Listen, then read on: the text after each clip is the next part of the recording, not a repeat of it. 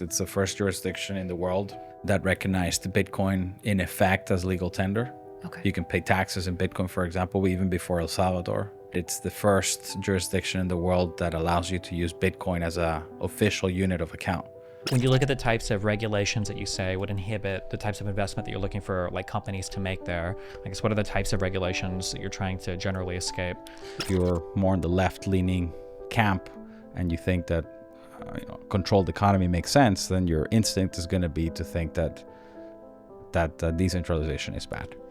These projects will almost always or inevitably end up being more combative with the host state rather than compatible with the host state. Are they going to keep down the path of expropriation? They can if they want to, but there will be consequences for them as well. Hello, and welcome to another episode of Bridges. I'm back from Canada. We are joined here today by Erick Brimen, who is the co-founder and CEO of Próspera, which is based in Honduras.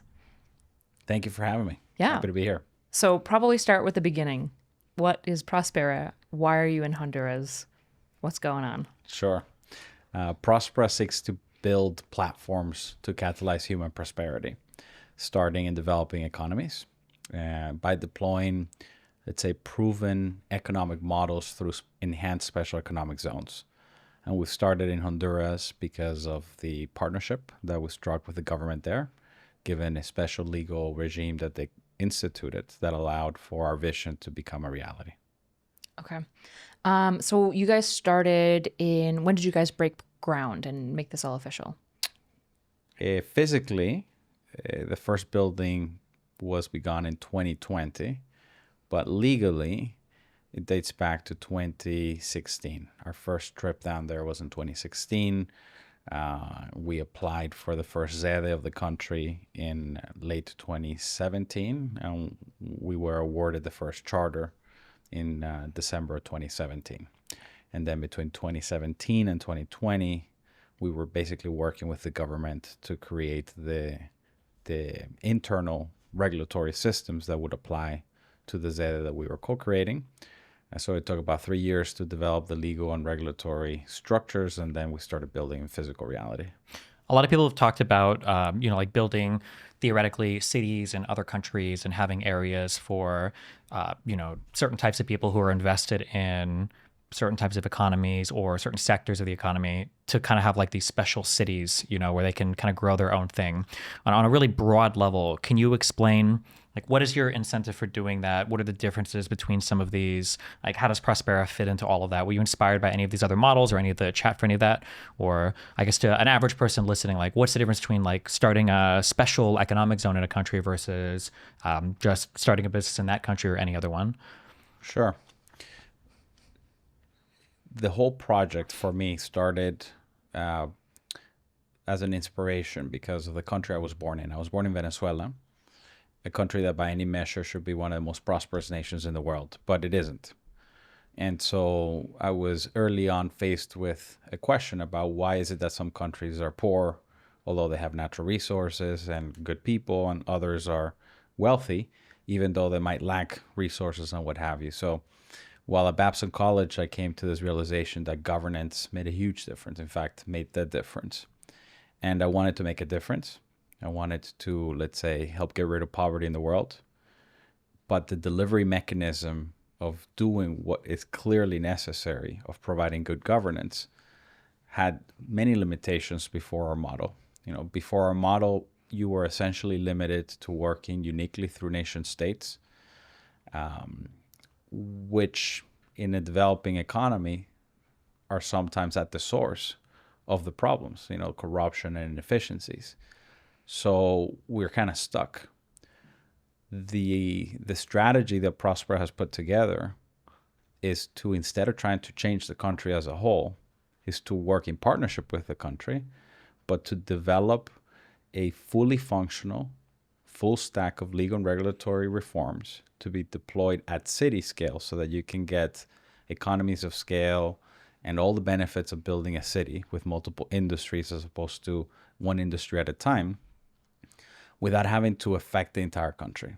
And that by proving, even if it's on a relatively small scale, that people of that country in that country can prosper if you have the right system, that can then become a bit of an example to be adopted more broadly.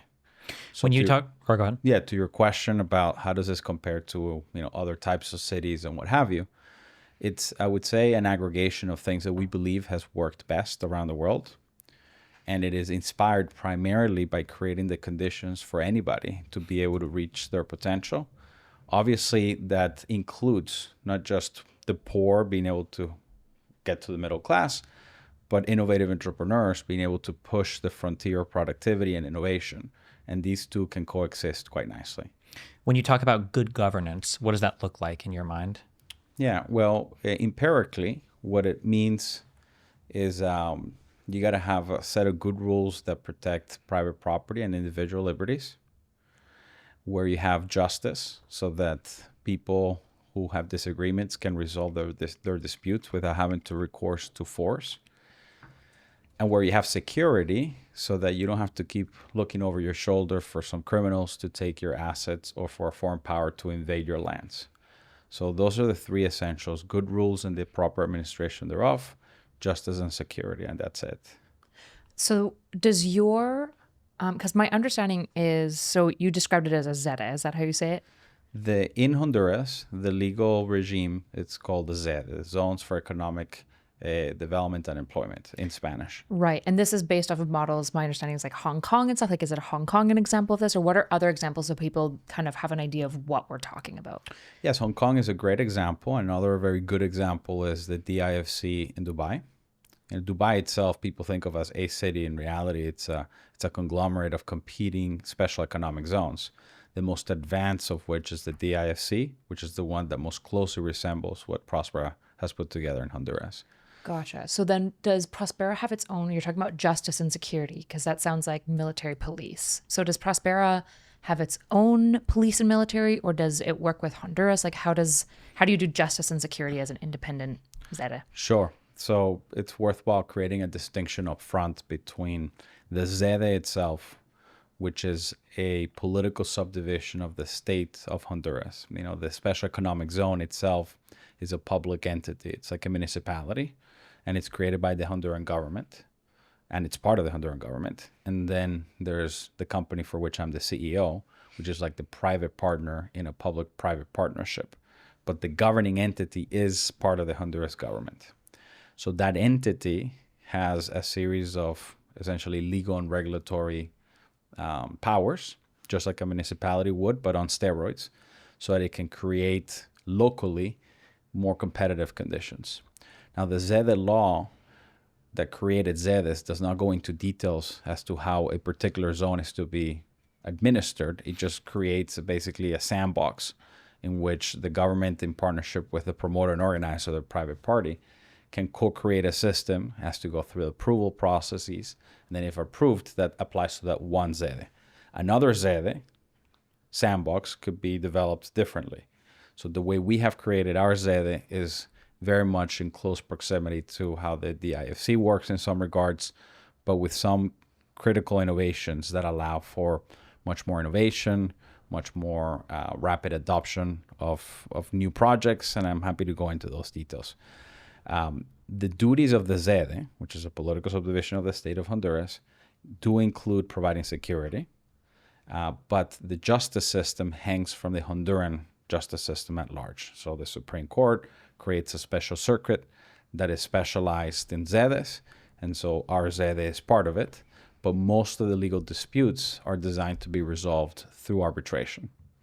Okay. What are when you talk about like a successful project, what does success look like? Within the ZEDE, for like your city, like you're looking at it and you're thinking this is working well and this has been successful, or this isn't working well, like these are things we'd like to improve on. Sure.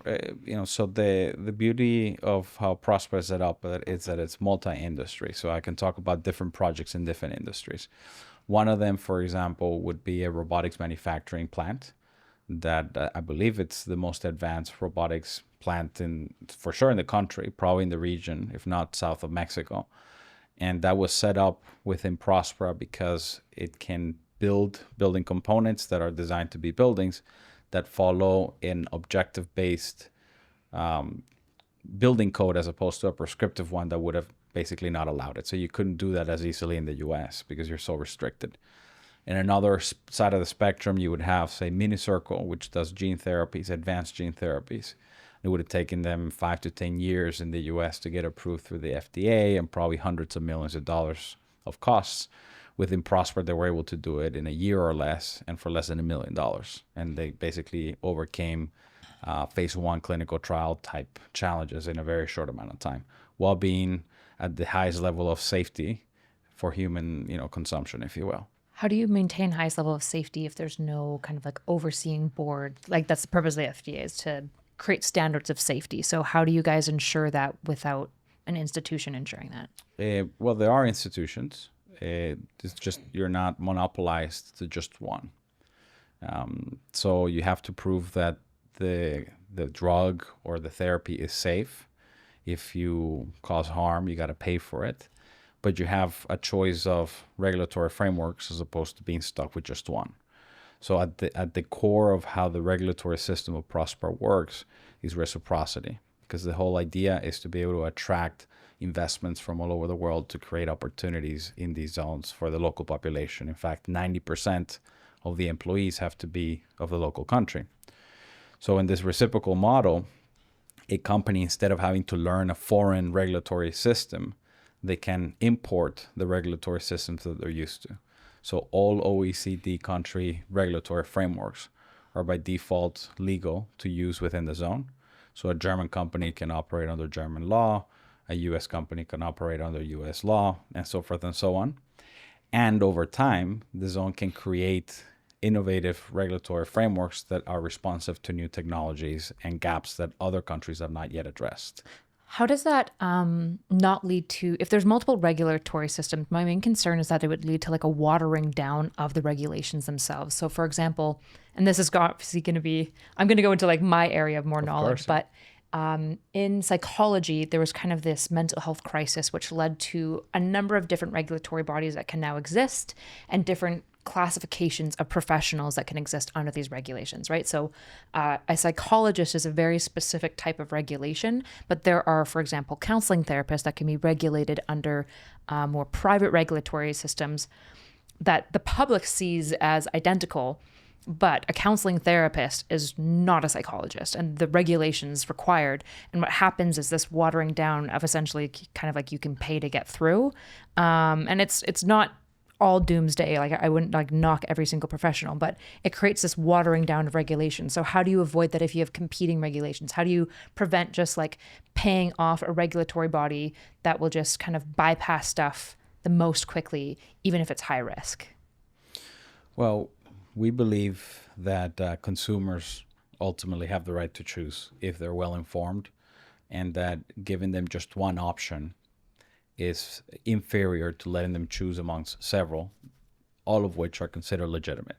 So any OECD country generally has a fairly robust regulatory system, but to insert choice all of a sudden creates innovation opportunities. For example, in the medical space, why not be able to use a doctor that's licensed in the US, but not in, let's say, Mexico, with a drug that is permitted in the UK, a medical device in Australia, and following a procedure, let's say, developed in Israel?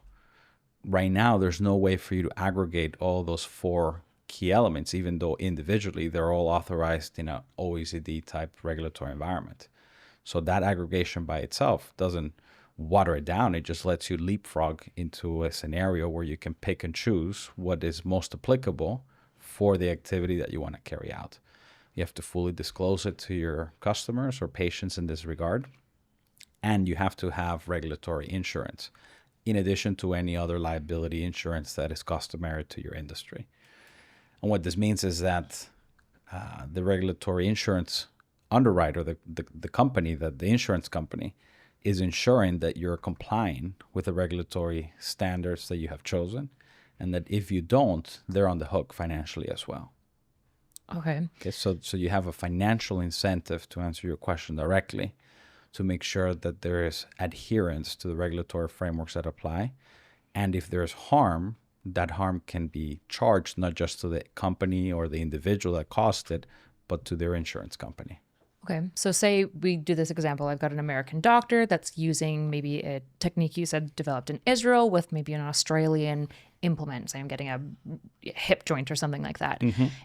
If that fails, would I come to Prospera to get that surgery done? Is that what Prospera to some degree offers? Is that I can go to Prospera and get that American doctor with the Australian implement? Correct. Yes. If that fails, say there's something wrong or the design is bad and I want to sue somebody basically and try to get remuneration for essentially what I view as a failed job, something went wrong, what would that buyer's process look like? Like, who do they go to? Right. Obviously, fails can happen for many reasons, right?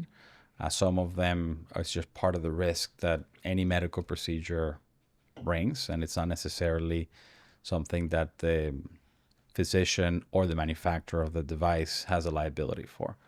But let's assume that it was negligence or that the medical device had was malfunctioning or something along those lines. Everybody who operates within the Próspera jurisdiction, in order to operate there, they have to sign a residence agreement. And that is a legal binding document, which essentially is the physical and real manifestation of a social contract. You're saying, I understand these are the rules, and amongst the things that you agree to is to resolve any disputes, perhaps such as this, through arbitration. The default arbitration service provider is the Próspera Arbitration Center, but you can choose any. You can choose London, you can use Paris, whatever. If you didn't choose any, then it would be the Próspera Arbitration Center. And the parties, the patient will go to the arbitration center and I say, I believe that the manufacturer or the doctor was negligent. It caused me harm and I'm seeking X amount of damages. It would be heard by the arbitration center. The arbitration center complies with the New York Convention, so its arbitral awards will be enforceable pretty much anywhere in the world. So you don't have to be in Próspera to then go and collect. If the manufacturer of the device, let's say it's in Australia, and it failed because of malfunction, then that arbitral award can be collected in Australia proper. Okay. Interesting. So that's through the ISDS, I'm assuming. When you're saying the New York Convention, that's all ISDS, like World Bank stuff? Because is it not? No, not necessarily. It's just most countries around the world are part of the New York Convention, which means if you have a recognized arbitration center, you have to just present it to a local court, but you don't have to argue the case all over again. They're just going to recognize that it's from an arbitration center, and then that court, through the New York Convention, has agreed to order its enforcement. Gotcha. So if I got it in Prospera and I sued the Australian hip joint provider, I can go to Australia and give them that arbitration certificate, whatever it is, correct. And they will enforce it. Assuming you won the arbitration, but assuming you did, then yes. Okay. Interesting. Okay. Gotcha. Do you have any? Yeah. When you look at the, you talked about like kind of like growing a partner city to show or demonstrate, I guess, like the success of a model for a country, in this case, Honduras. Would you, obviously for the government, and I'm sure we'll get into this, there are like issues now with people saying that they want to get rid of, these types of economic zones. How would you, I guess, like tell a government of a country that we're like a partnership city as opposed to, I guess to them it feels they're more like a competitor? Like, how does the stuff that you guys develop in your zone roll back in a positive way to Hondurans if you guys have like special tax exempt status or stuff like that? Yeah. Well, first of all, the ZEDE is a Honduran creation, and the legal system predates our operating in the country. And of course, it's physically in the country. It does collect taxes. It's not a tax-free zone. It's a tax competitive zone, but it does collect taxes. I imagine it's substantially lower than what it would be to operate in the country, though, right? Proper, right? Yes, with one important caveat, and that is that there's a hold harmless provision, which prevents an already operating company outside of the zone to relocate into the zone as a way to do tax avoidance. They can move into the zone, but then there's three parties that have to sign a hold harmless agreement: the company, the ZEDE, and the private promoter and organizer, to guarantee that the country will continue to receive no less than the same nominal taxes they were getting on average the last 3 years. And so then the company, the growth of it has a better tax implication, but nominally the country receives the same taxes. So of all the taxes collected within the zone, there's a revenue share with the country. without the central authorities having service obligations within. So it's basically, profit for them, if you will. It's about 12% minimum, and we've calculated up to 15 based on some additional agreements. So let's just round it up to 15%. 15% of all the taxes are shared with the national authorities, and then the rest stay inside to finance the various goods and services that have to be in place. There's a requirement that 90% of the employees have to be Hondurans. The minimum wage is at least 10% higher than the minimum wage outside of the zone. On average, it's 25 in our case. So there's a lot of positive externalities that happen outside of the zone. Within the zone, then you have a whole bunch of advantages because companies can be more competitive, salaries are higher, you're entering industries that would not have come to the country, you're bringing new investment through foreign direct investment. So the idea is that it's additive across the board. Are you guys allowed to sell goods and services to the citizens of Honduras? Of course, yes. But anything that is exported out of the zone has to go through the same process as any good that would be imported into the country.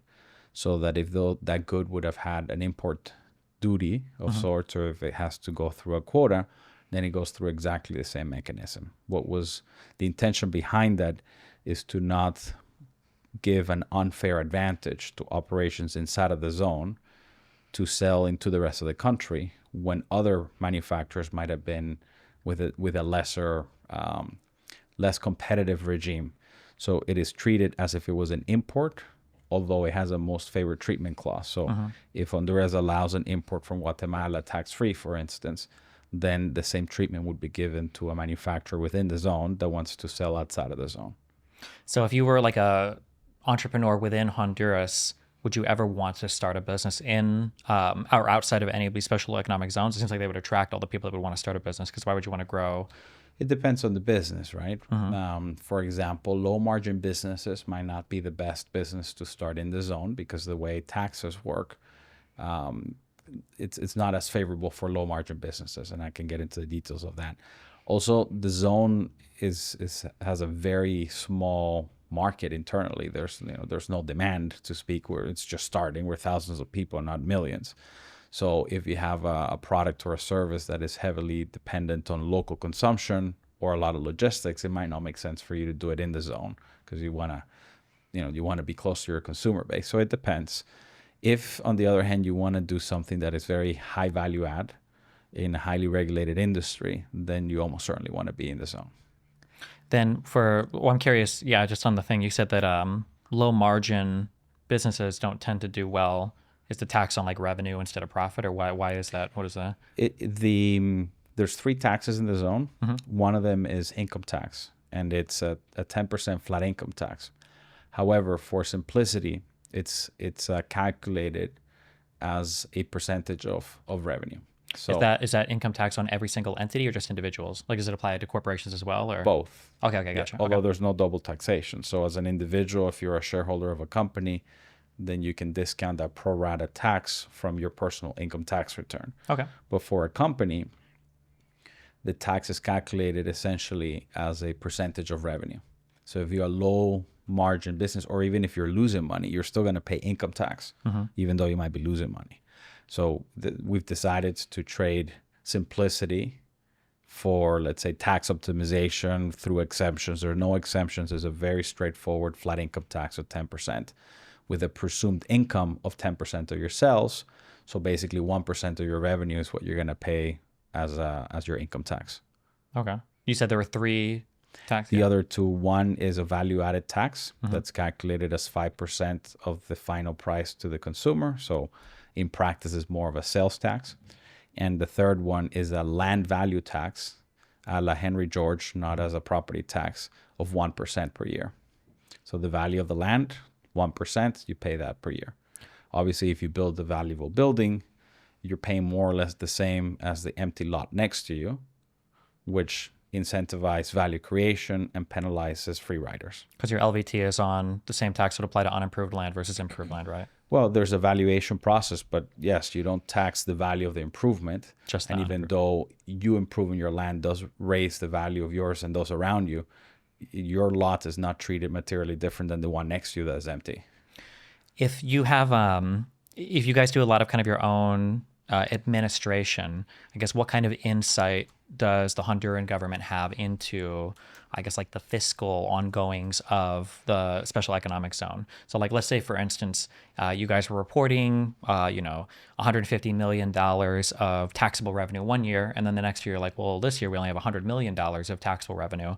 Does the Honduran government have the ability to audit, I guess, Yes. like tax statements? So by law, all ZEDEs have to carry out an audit yearly by one of the internationally recognized firms. And in addition to any intra-ZEDE governing entities, there is a supra-ZEDE committee that was created by the National Congress that oversees all ZEDEs and has supervisory powers to audit and get information as needed. What do you think? So I feel like I'm going by basically articles I've read. I don't know what the internal polling looks like, but it sounds like right now the concept of the ZEDE is relatively unpopular in Honduras. Where do you think that unpopularity comes from? It's actually not from a public perception perspective. According to Gallup, over 72% of the population supports the job creation that happens in the ZEDE and the ZEDEs themselves, and only anywhere between 0.5%, maximum 3%, when the last election took place, voted with the ZEDE being an issue that they were voting against. There was a pretty substantial swing of the pendulum, but that has more to do with the prior governing authorities, the president, that had been in power for 12 years. There's a lot of things that were happening. ZEDE is just one of those things that got caught up. It was similar to how the Affordable Care Act became Obamacare, and so it didn't matter, what the facts were. Republicans just had to kill it regardless. Well, because Obamacare, same thing, but in reverse. ZEDEs were a legacy project of the prior president who had some significant issues, and so anything he touched, and in particular his legacy project, had to go. So it became very unpopular with a certain set of politicians, especially those that were looking to position themselves as radically against, and it became a campaign promise as well to get rid of it. Lots of misinformation or disinformation across the board as to what they actually are. Boogeyman stories about colonialism and what have you, but in reality, that's not what they are. Most people are in favor. Last question, just on the governing bodies in these, how are they chosen? Do you guys have like local elections in the ZEDE, or how does that look? Yeah. For the Próspera ZEDE, remember, ZEDEs were enabled to be set up slightly different one from the other. The Próspera ZEDE, the maximum rule-setting authority inside is the ZEDE Council, and that is a rulemaking body that has 9 members. One that must be a Honduran national by birth, who also holds the legal representation, and it's known as the technical secretary. It's the highest public authority of the zone. And then of the other 8 people, 4 are nominated by the promoter and organizer, the private partner in the effort. While there's a low population density, 2 of the other 4 are nominated by landowners in proportion to their land holdings, and the other 2 by residents. Once the population density reaches an urban level, all 4, so the ones that were previously landowner nominated, become resident nominated, as well as a technical secretary. So out of the 9, eventually 5 are essentially selected by the residents, and 4 are nominated by our company. Gotcha. So you have a majority of them are selected or elected, and a significant minority by the company that's developing the zone. And then that body, in its rulemaking authority, can set up sub-bodies and committees, with specializations, whether it's finance or healthcare or security and what have you. Okay.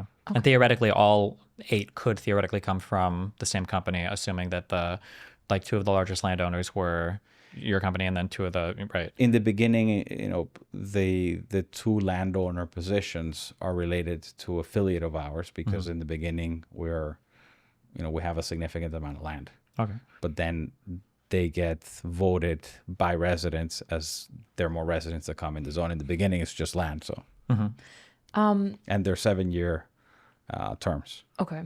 Why? I'm trying to figure out basically the dispopularity with the ZEDEs. So I know Castro repealed it in 2022. And the Supreme Court also declared it unconstitutional. If you had to kind of like steel man why they feel that way, what is the current administration's concerns with ZEDEs? My understanding specifically with like sovereignty or democracy.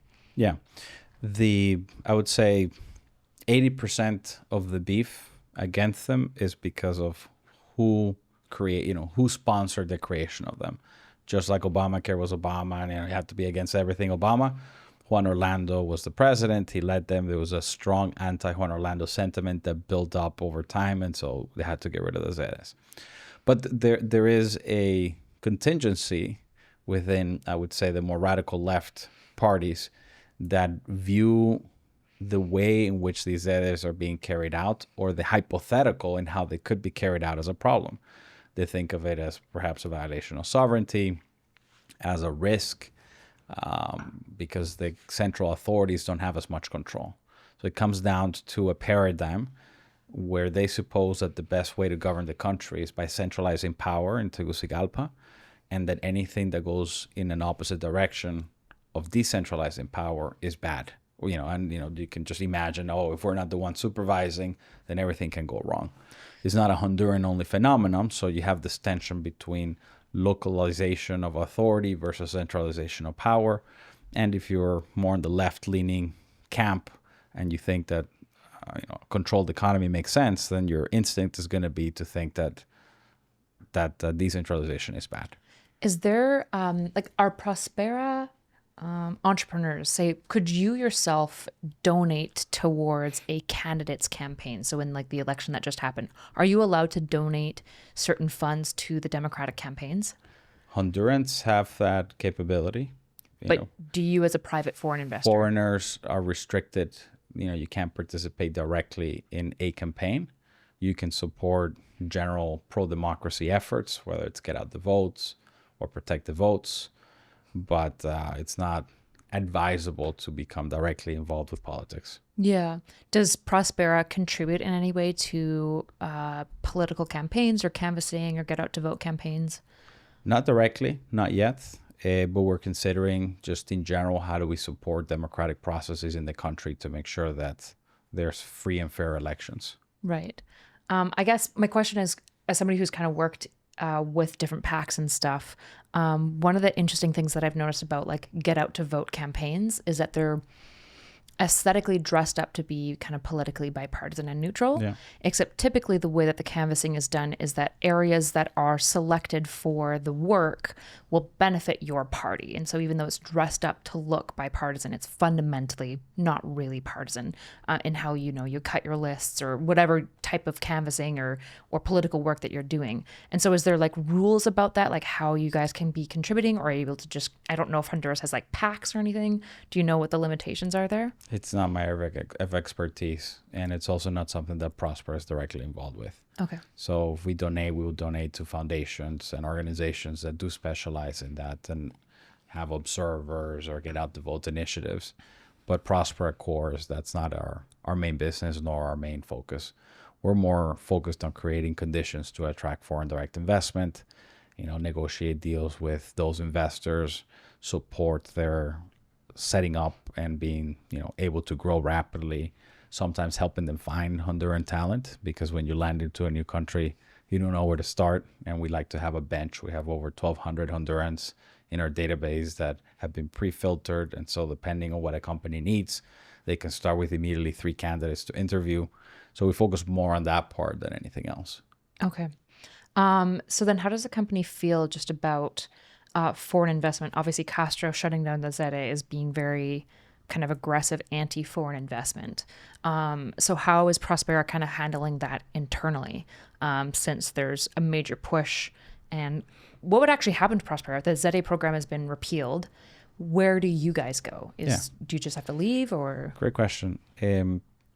Honduras as a sovereign country can change its laws. It's one of its sovereign powers. But the Próspera ZEDE was granted a 50-year legal stability through international treaty and contract. So that agreement stands. The way to overcome it would be that the Honduran government could decide to expropriate the investment, which is also a sovereign power that they could exercise. They can do it, but they can't do it without consequence. So from our perspective, they've already begun to violate the agreements by repealing the law, since the agreement was that the law was not going to be repealed. So the recourse that was agreed to in the event of a dispute between the investor class and the state is to go to ICSID at the World Bank, and that's an ongoing process right now. So we've initiated that arbitration after following the prescribed procedures through CAFTA of trying to mediate and find a resolution. And that having failed, then you're left with no other option but to go to arbitration. Gotcha. So if arbitration rules in your favor, will the Honduras government have to pay you guys out to remove you basically from their state? Or what's that look like? Well, it depends. Depends on what the Honduran government does. If Honduras violates the agreement to a point that it causes us harm, financial harm, then international law and the agreements indeed position us to be able to collect. So the tribunal is going to have to decide to what extent were the agreements violated, and then to what extent was there financial harm. And the way that those calculations tend to happen is that the investor is entitled to the profits that they would have made, but for the expropriation or the violation of the agreement. And so in the case of the project, because it was such a long contract, 50 years, and because our investment program was for $500 million in the first 5 years alone, it was going to be more after that. And all of our projections and the agreements are such where we are owed a fair return on that investment based on market risk. If you put any reasonable IRR over $500 million and grow it over 50 years, it adds up to billions of dollars very, very quickly. Gotcha. So if Honduras continues down the path and expropriates the investment, that is likely the outcome, unfortunately. Okay. So I guess you guys invested $500 million for a startup. You said the first 5 years? No, we've only invested a third of that. So we've already invested $150 million. Okay. We should have invested $500 million by the end of 2025. But because of a series of obstacles and violations that the current administration has engaged upon, we've been unable to meet our investment program of $500 million. Okay. And does that investment look like just like jobs, entrepreneurship, and infrastructure development, or what is that money going towards? And does like Honduras benefit from any of that investment, or is it just mostly an investment for your guys' own Próspera, I guess, company and ZEDE to grow? It's a mixture, but all of it benefits Honduras. For example, in the early years, before we started building buildings, and we were co-creating a legal and regulatory regime with the state, most of that money went in intangibles. So legal experts, consultants, studies, feasibilities. So none of it was physical, but it's co-creating a system that Honduras is benefiting from. Once we started breaking ground, then obviously a much higher percentage of the capital went to acquiring land, to building buildings, to hiring workers and employees. So it's a mixture, but all of it is to the benefit of Honduras, or the vast majority of it. Okay, gotcha. And you guys do pay taxes, but it would probably not be the equivocal amount if you were just a business in Honduras towards Honduras, like the state, I suppose. Well, when you say you guys, we got to distinguish. So does Próspera as a company pay taxes to Honduras?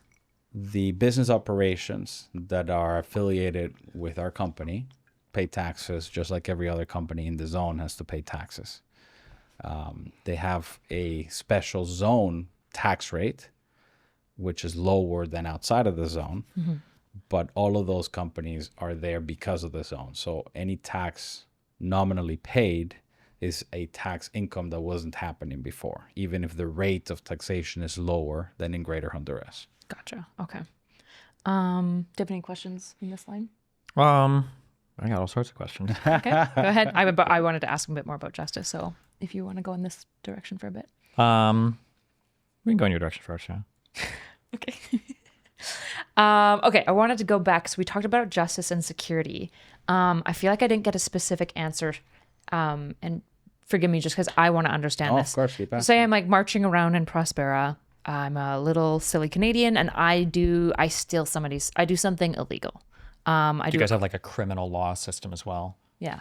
The criminal law is the criminal law of the country that applies. The zone, the public part of the administration, has the equivalent of a municipal police, or can have a municipal police, and so they're the first line of defense if there's some sort of criminal activity. You can also have private security companies, just keeping peace and order, which is what we have opted for primarily. But the criminal code is that of the country. How do you decide which parts of the criminal law, I guess, to apply? All of them apply. So the whole criminal code of Honduras applies in the zone. I'm trying to think of. I guess I don't actually know the answers. In the United States, I'm trying to think like any regulatory stuff relating to the FDA. Would this be like federal like tort, or would none of this ever fall? Like, could the FDA ever commit things that would be eyes in the government? I guess it's all civil action. So okay. Depends. I mean, some things are criminal, some things are civil. Because I'm thinking if there was some like regulation that was passed that was criminal in nature, I imagine you guys wouldn't implement. Generally not criminal. Yeah. Yeah, okay. But like killing or robbing, sure, any of the trespassing, all the typical criminal activity is criminal, and it's the same inside or outside. You mentioned so the criminal law applies through for the police officers that would operate enforcing Honduran criminal law. Are those internal police officers, or do they just come from the state and then they apply it? If somebody gets arrested, they go back outside of the ZEDE for like to go to a court, like in the it's a combination. So the zone does not exclude law enforcement from outside of the zone to come in. It just has to be coordinated. Okay. Just like when you have between states in the U.S., a criminal that goes and say runs away from Texas to another state and it's a hot pursuit, there are hot pursuit agreements. If there's an investigation and they're hiding in a different state, you can extradite them. So all that still applies. It's similar to how from one state to another in the U.S. collaborate for enforcement. Then that happens. And then just as in here, you might have the FBI that has jurisdiction over all of them. In Honduras, it's the military police. Okay, so the military police and the military still has jurisdiction within the zone, outside of the zone, and everywhere in the country because it's part of the national territory of Honduras. But they cannot just go in willy-nilly. There are procedures, there are arrest warrants. You got to have due process. So there are protections for foreigners and nationals in the zone, which are the same that would apply outside. It's just that when they're in the zone, you have in-zone jurisdiction and institutions that are making sure that that due process is actually followed. So if I was like walking around in Próspera and I like beat the shit out of Steven, who comes and arrests me first? Is it going to be like a Próspera paid police officer, or is it going to be a Honduras like state public officer? Again, so Próspera ZEDE is part of the Honduran government. It's like a municipality. Okay. So it can have a municipal police. There's no municipal police right now inside because it's not warranted currently. The level of activity is just, everybody's in good behavior. There's a private security company that provides services and that handles 90% of the instances. When and if there is an issue that needs to be escalated, then you coordinate with the rest of the police, the national police, and they come and they do what they do, whether it's an arrest or an investigation, but it's through coordination. Gotcha. Would you guys ever establish like you said, that private security? If I'm like running around and beating people up, I'm assuming your security would probably detain me. Is there like holding cells in Próspera or in the ZEDE in general for those individuals? There can be. We don't have a jail per se currently. Okay. But the ZEDE, again, it's a public entity, can establish a penitentiary system and hold people as any other police force and penitentiary system would. Gotcha. It is part of the Honduran government. What has to be clear is that the ZEDE is part of the Honduran government, and then our company is sort of in charge of attracting investment and sits on the board, has some of the seats of the board, which is the council. Mm-hmm. Okay. And so I guess this maybe is like doomer, but if there is, with the mounting potential tensions between the Honduras government and the ZEDE itself. The ZEDE is part of the Honduran government. Okay, between Próspera and the Honduran government. Right. If they're wanting you guys to leave, if there's mounting tensions, would you guys need to hire like a private security? Like, would there ever be, like, what would occur if there's like physical threat from the Honduran government towards Próspera? against individuals? Because the companies. Yes, both. Yeah, so depends on what form it comes. I mean, normally if a government wants to shut down an operation by force, they'll send the police and they'll just shut it down. And that would be deemed an expropriation. And then, the penalties and the legal consequence, I think, goes up exponentially according to the treaties. Gotcha. If they go after individuals without due process or justification, then they're human rights violations. If you're a U.S. citizen, the U.S. government has a role to play. If you're a Honduran citizen, you're still protected under due process. So it's not like you can just go and start putting people in jail without reason. So it really depends on the specifics. But so far, fortunately, that's not happening. Yeah, of course. There's been some scuffles here and there, but they've been resolved by and large. Okay. But the jury's out. I think the Honduran government's going to have to decide if they're going to ultimately honor the agreements that they've entered into or not. And if not, then how are they going to proceed? Are they going to, keep down the path of expropriation? They can if they want to, but there will be consequences for them as well. Just for people listening, I guess, that might not understand, when you talk about expropriation is any time a country's government seizes privately held assets, oftentimes for foreign people, because for whatever reason the government just wants to take over those types of things. Maybe they want to expel private entities. Maybe they just feel like the government should own it. Maybe it's a violent takeover, whatever. The penalties and everything you're talking about would be taking the expropriation actions and then escalating that to some type of world stage. So like through the World Bank and any type of like international agreements, I guess, that Honduras is party to. Right. Yeah, and expropriation can happen in that very, say, physical way that you described. They come and they take away your asset, but it can also happen by terminating rights without due process or in violation of an agreement. That's also an expropriation of rights. And it's not just foreigners. It's more often done with nationals. In the US, it's called eminent domain. It's essentially the government coming and deciding that they're going to take over certain rights that its citizens or foreign investors have. I would draw a careful distinction around eminent domain versus expropriation, though, right? Because eminent domain shouldn't be in violation of any pre-existing statutes, whereas I think expropriation is pretty universally agreed upon to be like, this should have never happened, right? Ideally. Well, maybe it has a negative connotation, but in practice it's the same thing. If you are by force deciding to take somebody's properties or rights, it's in practice the same thing. You justify it through some public good if you want, but the same thing happens under expropriation most of the time. Sure, but I would say that like if you're building in a certain place, I think you have a fair understanding that your stuff shouldn't be expropriated. Correct. Like the types of governments that are expropriating stuff for even absent actual like physical, or not physical, but even actual penalties, there are intangible penalties such as like people not wanting to invest in your country, right? Right. Yeah. I'm not going to invest in a place you're just going to steal all my shit. Yeah. But I think eminent domain is a little bit more of a part of like you understand if you're building near a border, certain natural resources, that there might be a case where the government, for whatever reason, might want you to step in. And under eminent domain, I think you would expect to be compensated somewhat for those things as well. Under expropriation, sometimes you hope to flee with your life. That's probably a bit of... I think in practical terms is the same thing, but obviously expropriation has a more negative connotation. Sure. And it tends to be thought of exactly as you described it. But right now, basically in Honduras, the government decided to terminate the legal regime, but we're grandfathered in.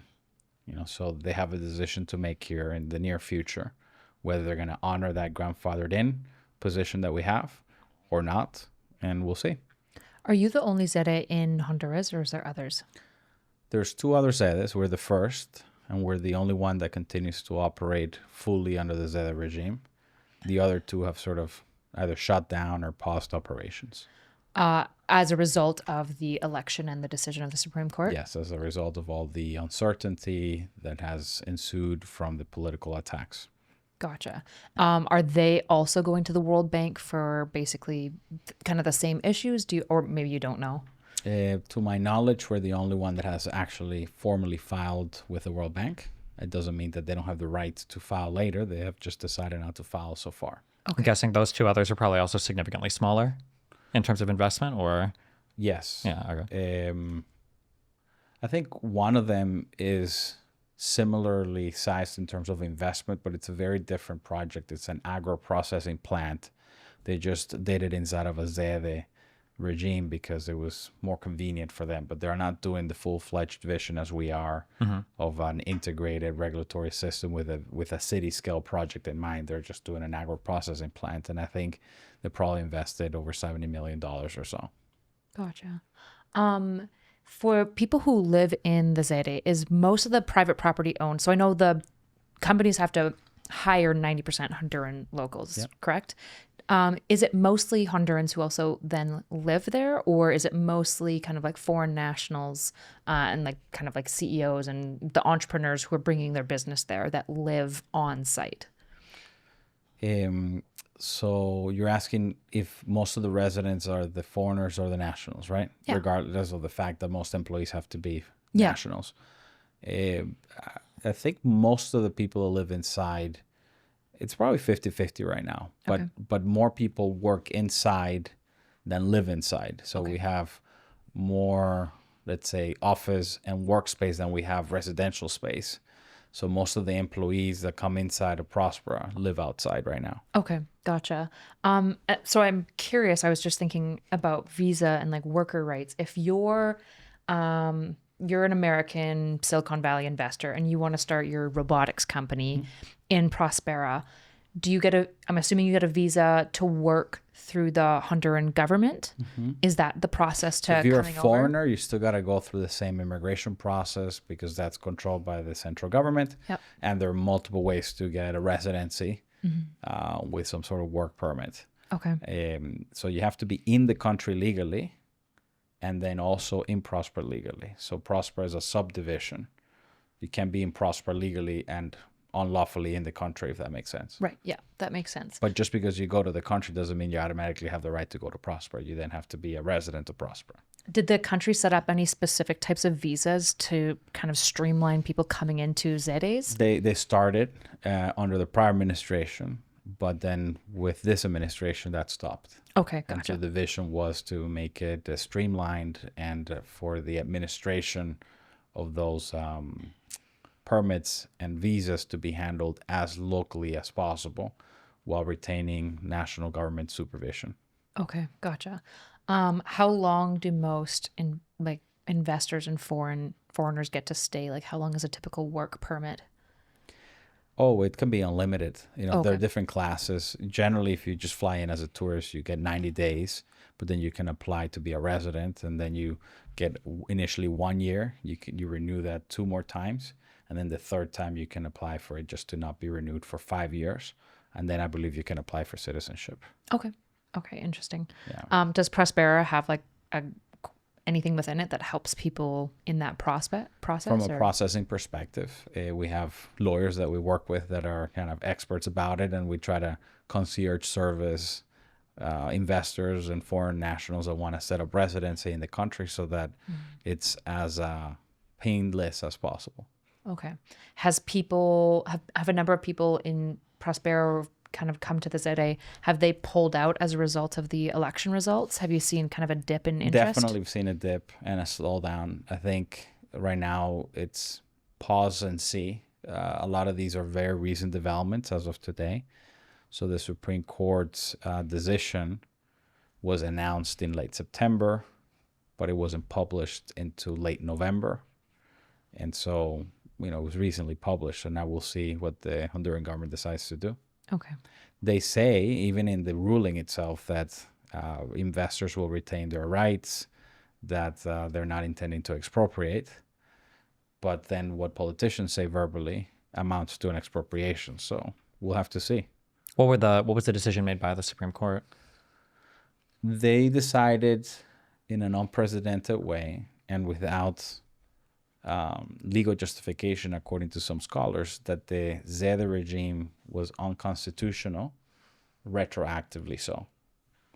Okay. So then technically nothing has changed yet, but the stage has been set for politicians or lawmakers to theoretically start taking stuff back, I guess, to engage in expropriative behaviors, basically. No, the government has been engaging in expropriative behavior even before the Supreme Court decision. But I imagine you would have had some some refuge under Honduran law, but now the legal protections in Honduras is probably significantly scaled back with the Supreme Court making the retroactive decision. It increases the uncertainty because now you have the highest court of the land saying something that is in direct contradiction to what the Constitution says in other provisions and international treaties that the country is part of, which are still in place. So, with that conflict, it leaves investors wondering what the heck applies. And then the central government is not complying with its obligations under CAFTA to provide clarity and certainty. Again, they can change the laws if they want, but they do have obligations to honor the agreements, but at a minimum to provide clarity. They have not complied with that so far. Kind of want to have their cake and eat it too. Get a political win without, sort of fully facing the legal, naming it what it is. Right. Well, if you guys go to the World Bank and they have to pay you guys out, it would be a massive amount of the Honduran GDP, is my understanding. Yes. Yeah. The third-party estimates is almost $11 billion. How often is that enforced? Because my understanding is Venezuela, for example, has basically refused to pay any of the World Bank decision tribunal that have been awarded companies from Venezuela. Is there any way to enforce that if basically the country is no, I'm not willing to? Venezuela's had to pay. They've paid billions and billions and billions of dollars. They ultimately pay because, the World Bank, when they decide that arbitral award can be enforced throughout the world against commercial assets of the state, and sometimes that includes presidential planes and Navy ships. I mean, you probably heard the situation with Argentina. So no, eventually they pay. Doesn't mean that they'll do it without a fight. But Venezuela is a perfect example. They've had to pay a bunch of money, and Peru and Ecuador, and all of them say they won't, but eventually they do. Hey guys, today I'm excited by our sponsor, Private Internet Access. Stephen, could you tell us what is a VPN? Imagine that you just ordered the most fun game in the universe, okay? And you have the most annoying neighbor ever. Imagine that video game shows up outside and the whole world can see the game that you ordered, including your obnoxious neighbor. Private Internet Access is a VPN service that allows you to encrypt all of your traffic and disguise your IP address from people that might be peeking in on the internet. Private Internet Access is one of the most transparent VPNs on the market. It is one of the few that has been proven in court for its no logs policy, and it's also been audited by Deloitte. It's been downloaded at least 30 million times, and you can use it on every major platform. Unrelated to this ad, actually, I had a friend that I reached out to who's very tech savvy, and they personally actually recommended PIA as a VPN service. So I was really excited when they reached out to me because I felt like I could organically promote their company as it's something that I've used. One subscription protects unlimited devices, making it an ideal subscription for anybody who's serious about online privacy. Private Internet Access isn't just about security. It also allows you to bypass any regional locks on content that you might want to watch online. I was just talking to my good friend Kyla about a TV show where people crash land on Earth and are trying to go back into outer space, and it's called Scavenger's Reign. I don't know what this show is, and I don't care about this show, but I do know that if I was a Canadian and I was trapped in Canada and unable to watch it because it's only available on the American version of Netflix, I would need a VPN, which Private Internet Access is, that would allow me to access that content. It also offers things like peer-to-peer sharing, so that you can share files between different systems that are logged into the same VPN. Generally, wherever you are in the world, however many devices you have, it will allow you to bypass any regional locks that will let you watch the content that you've already paid for, no matter where you are. You can sign up now risk-free because there is a 30-day money-back guarantee. They provide 24/7 customer support. You get a big discount if you sign up with the link that we have posted below. Sign up today, protect your digital life with Private Internet Access. Use our link, piavpn.com/bridgespodcast below for a special discount, 83% off, and you'll also get 4 extra free months. Protect your digital life today with Private Internet Access. Okay. All right. Okay. I'm gonna get my big. Okay. All right, so here come Okay, let's go. Okay. So, politically in the U.S., like I'm a big capitalist, but I tend to be kind of left leaning in terms of like economic positions when it comes to regulation and stuff. I guess when I'm thinking like going to use some harsh language, okay? Not too super Go harsh. for it. Yeah. Economic It's harsh language. like- yeah. So when I'm thinking of like prosperity zones, I guess it feels to me that there are two really big issues that I see with them. The first is, obviously, it's a far left person. Whenever somebody says they're trying to escape regulation, usually my first thought is, well, what type of regulation are we trying to escape? So what regulations do we feel are the most hindering to FDI, to capital investment in a particular country, to starting a business or whatever?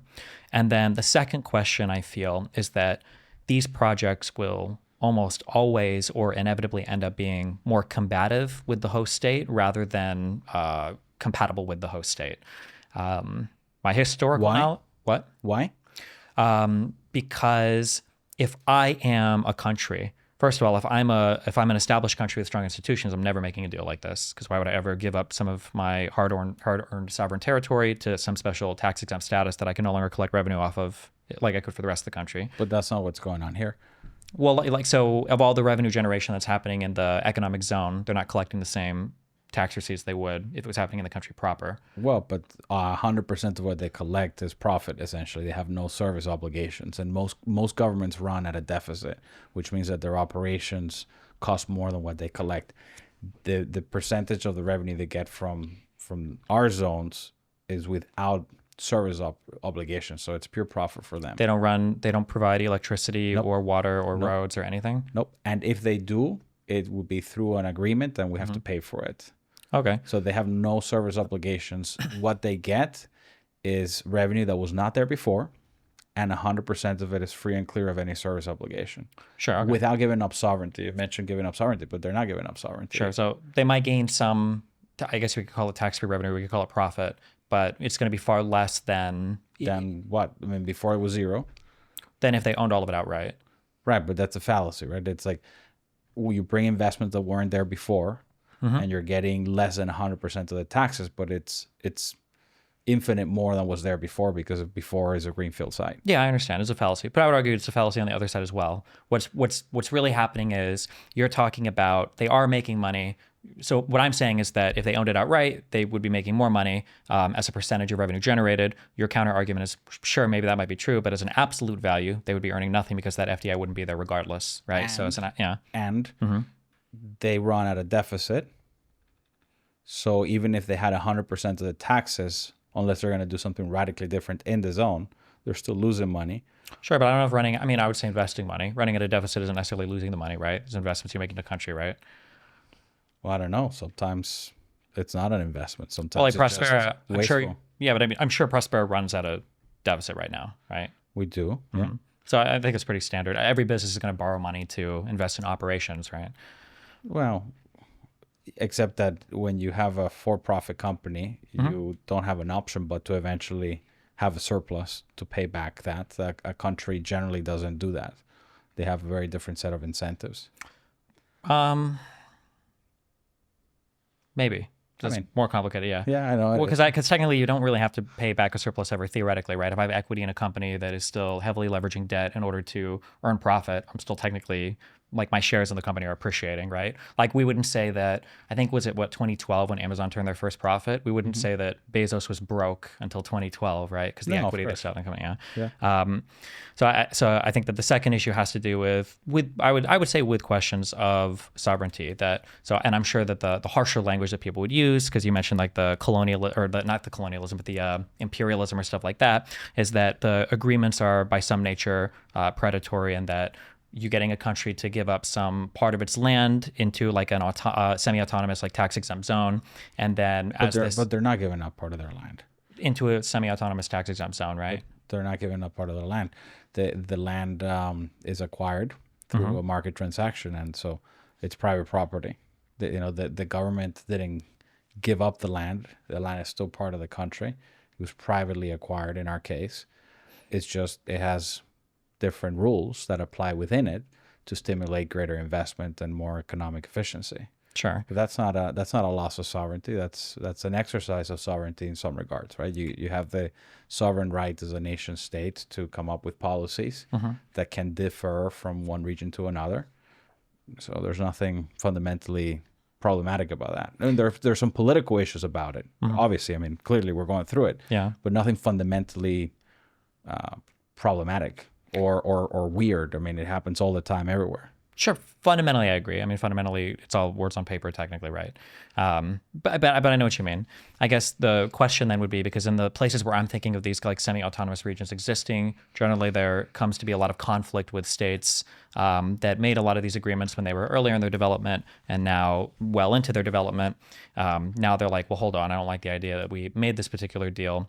Are there examples of these types of semi-autonomous zones eventually growing into a healthy partnership or being like subsumed again by the state in a manner that's like agreeable to all the parties, or do these always end up as combative elements? I think the greatest example in modern era is Dubai, and it's over 30 special economic zones, all competing against each other. As a result, they're all better off, and the most advanced of them is the DIFC, which is an integral part of the overall Emirates economy, but the Middle East as well, by serving as a base of operation for foreign direct investment to flow through it, because it has a more stable legal system.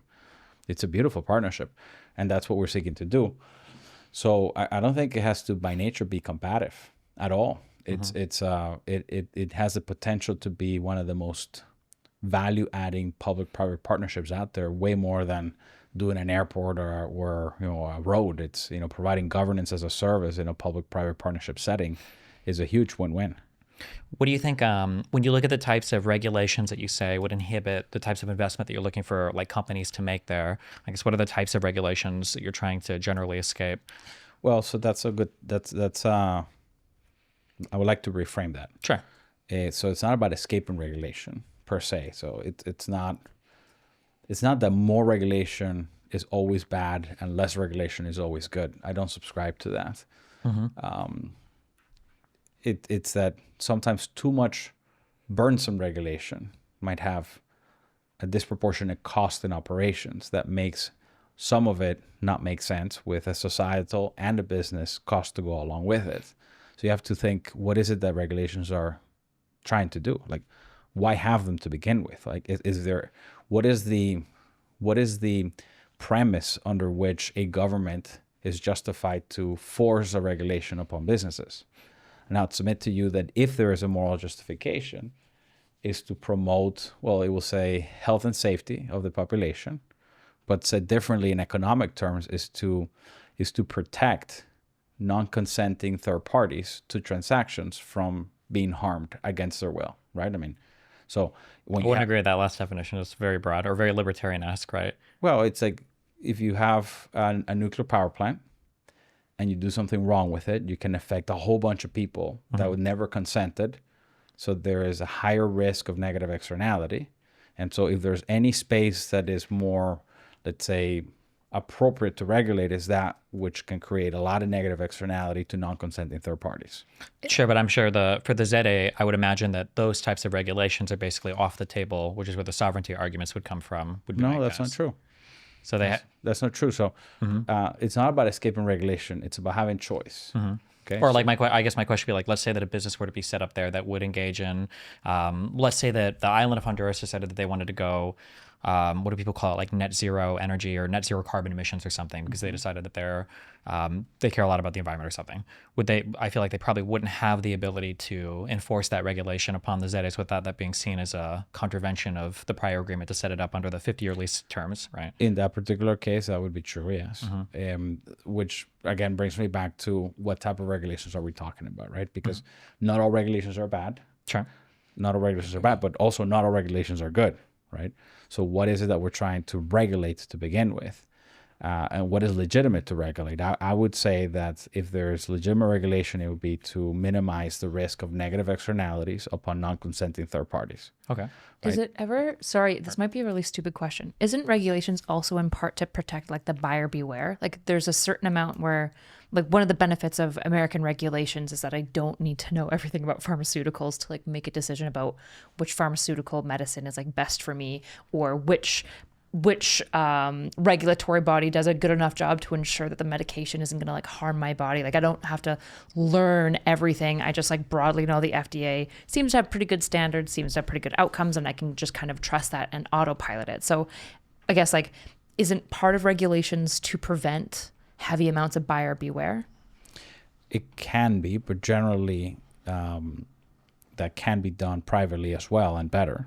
If what you're trying to do is quality control or consumer advocacy, then you don't have to do that through government, and especially not through a monopoly, because then you have no alternative. Yeah, You're kind of stuck with one size fits all, and that tends to limit options, limits competition, increase costs. And the FDA is a perfect example. I'm not against the FDA, by the way.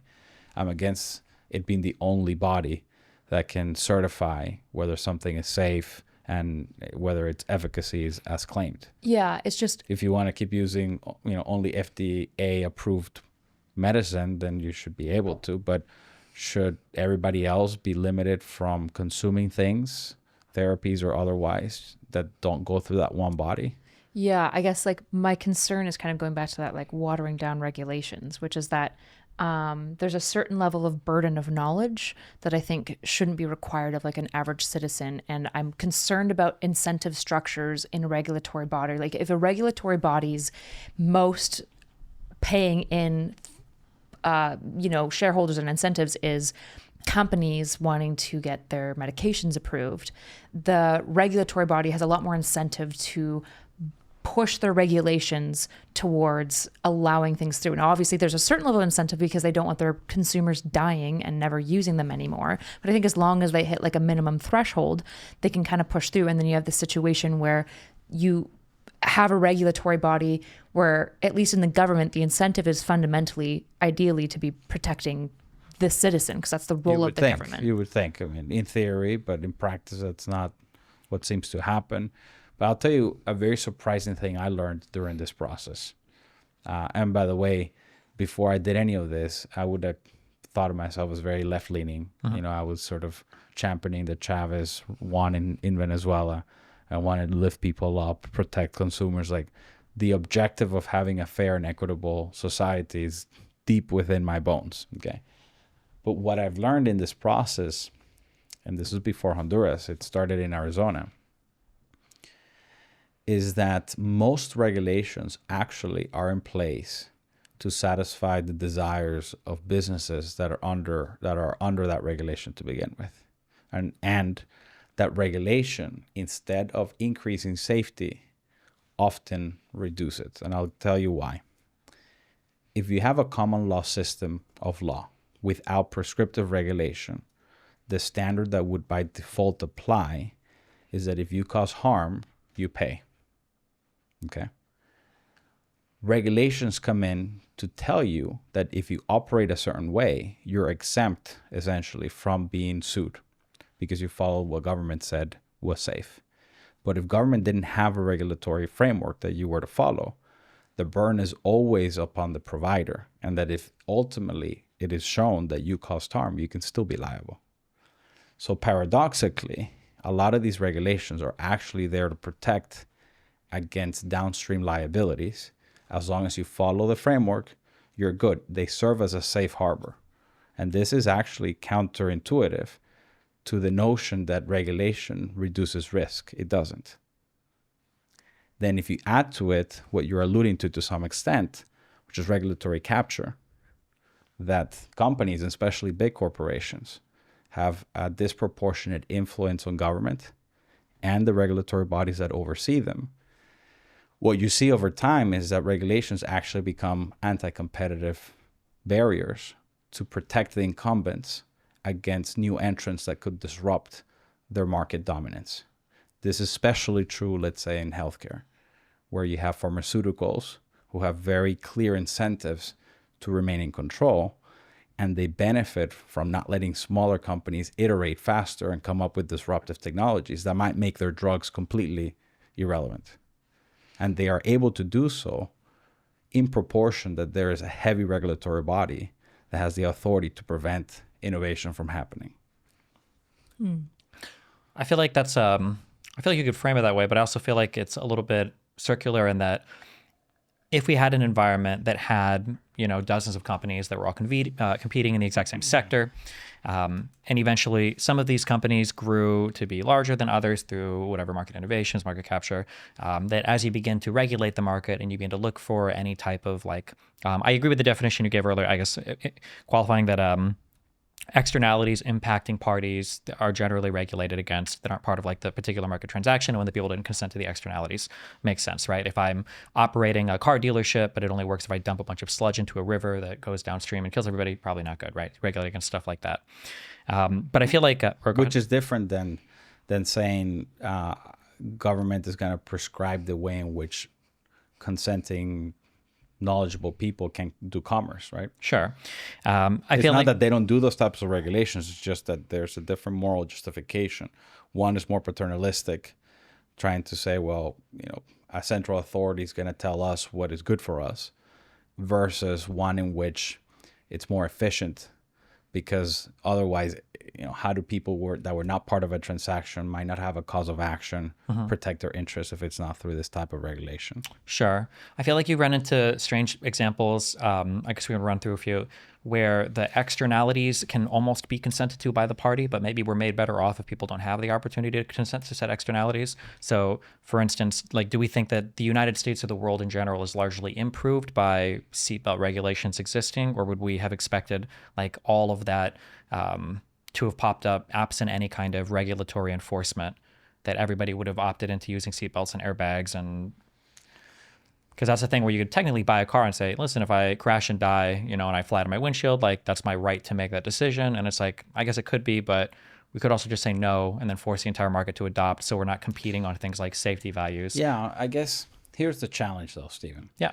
Let's say on that small margin, maybe you have, maybe in objective terms, everybody's better off because of, say, seatbelts or airbags.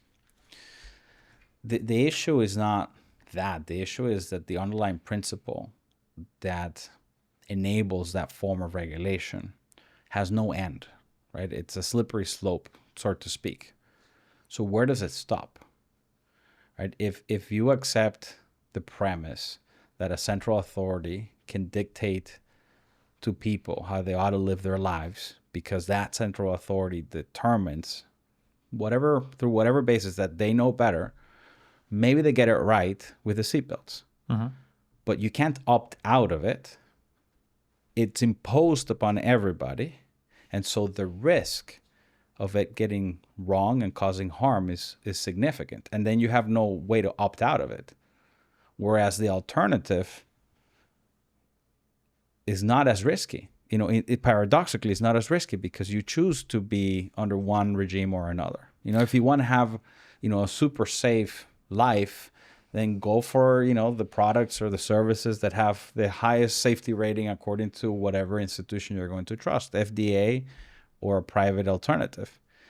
But what is hard to quantify is the harm in what does not happen because of excessive regulation. Healthcare is a great example, but with cars, the cars that now are more expensive and how many people can't afford to buy them or have access to all the benefits of them. I mean, the unseen obviously is the thing that you can't really quantify, but it's definitely there. And in some extreme cases, you do see it. And healthcare is a good example of that. Yeah. And I would agree that there is, definitionally, there has to be a cost to regulation, right? In the most concrete examples, any price floor, price ceiling is creating or shifting surplus value around in a way that's going to change market behavior and cause other external impacts. That's agreeable, of course. I would agree with you that it would be problematic for a central body to make these things in some governmental organizations, but I would argue that in a democratically elected system, and I'm sure we would agree, even if you're opposed to regulations coming from a democratically elected body is probably better than regulations coming from an authoritarian regime or something, right? I'm not sure, because populism can actually sometimes be worse, since you can be more inclined to redistributive policies through regulation as well. And then where the majority rules, then, you can very quickly degrade the institutions where they just become a redistributive instrument. And so through democratic voting, the majorities keep extracting more and more and more, and eventually it's a self-destruction that ensues. That could be the case. What about in a super ultra free market society where you get a monopolistic entity that can essentially bar competitors from joining the market for a variety of reasons? Well, you'd have absolutely no recourse from. Which I don't know if it's a utopian or dystopian version of the future, but I do believe it's important to have institutions, and government has a key role to play in a modern, prosperous civilization. But government is an instrument of coercive force. And so there are philosophical questions that come into play, and everybody can have a different flavor of what you think about it, and understand that it's not it's not about more regulation or less regulation. It's what type of regulation and from what source. The market regulates very strongly. It has all sorts of powerful regulations. They're just more dynamic, whereas a government, a central authority, comes up with regulations as well. They tend to be more prescriptive. They can be more political, slower to change, one size fits all. But regulation matters a lot. I mean, a market cannot exist without regulations. Yeah, but I guess the issue is that a regulation in like an open, like a capitalist market or in like a very free economy, any type of what you're calling regulations are ultimately then going to be dictated by profit to shareholders. And if the profit incentive is misaligned with some kind of like public interest or public incentive, I think these are the areas where maybe it's good that the government can step in and say, hey, like Central Park, I understand that could be developed to be more economically prosperous, but maybe it's like a public good that is worth protecting in the city, but left to like free market design, somebody would probably sell off parts of that park immediately for redevelopment to have more sky rises or business or something else, right? Maybe. Maybe not. But I think you're striking at a quite deep philosophical, say, source of justification for the role of government, right? The nice thing about what we're doing is that it's not a one-size-fits-all. It's not imposed. It's 100% voluntary.